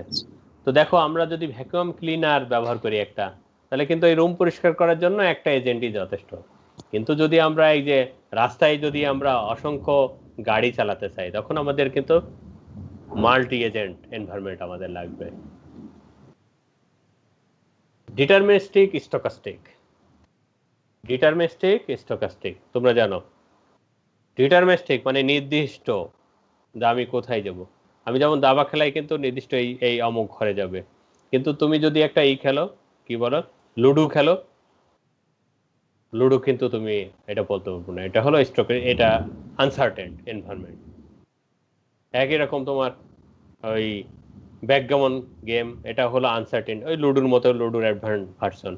এইগুলো কিন্তু তোমার এই স্টকাস্টিক প্রসেস। এই যে লুডো যে কারণে তুমি কিন্তু আনসার্টেন, তোমার যে 1 পড়বে 2 পড়বে এটা জানে না। কিন্তু চেস খেলায়, দাবা খেলা কিন্তু ডিটারমিনিস্টিক এনভায়রনমেন্ট। তার মানে তুমি এই যে তোমার তুমি যদি মনে করো যে তোমার হর্স কয় ঘর যাবে, ডিটারমিনিস্টিক। তোমার এই মিনিস্টার যাবে, ডিটারমিনিস্টিক কিন্তু। এরপর দেখো স্ট্যাটিক এবং ডাইনামিক। এটা কিন্তু খুবই গুরুত্বপূর্ণ, স্ট্যাটিক এবং ডাইনামিক।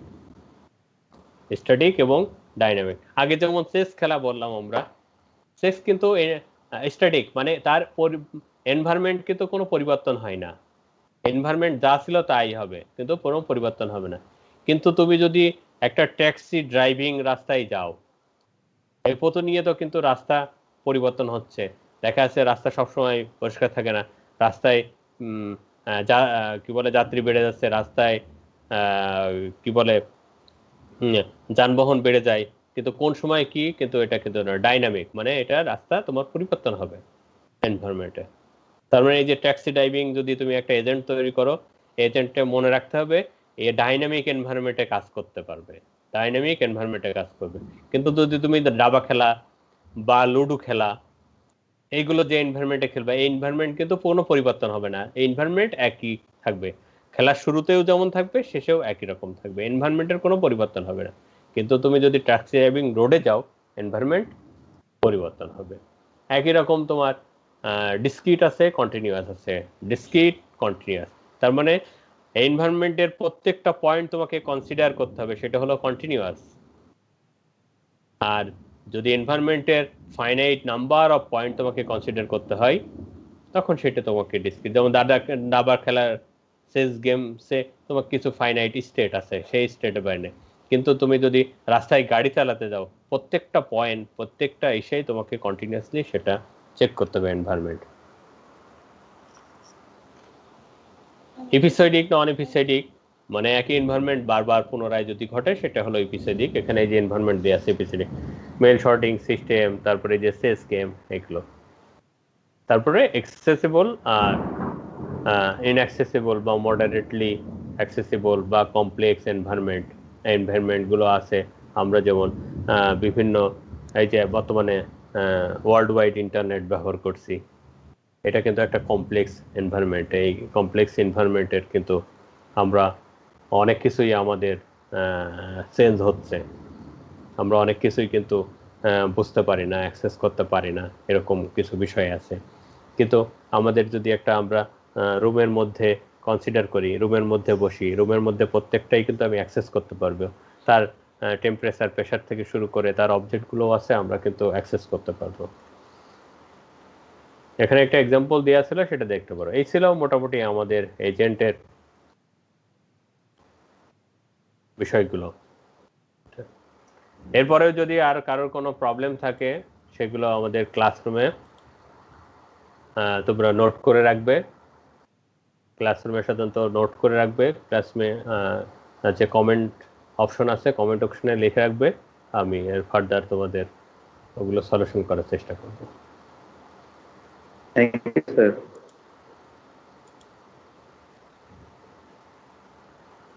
কি বুঝতে পারছো সবাই? জি স্যার। Yes, sir. ওকে, ঠিক আছে, আজ এই পর্যন্তই। ওকে, ধন্যবাদ। Thank you sir. ওকে, আল্লাহ হাফেজ।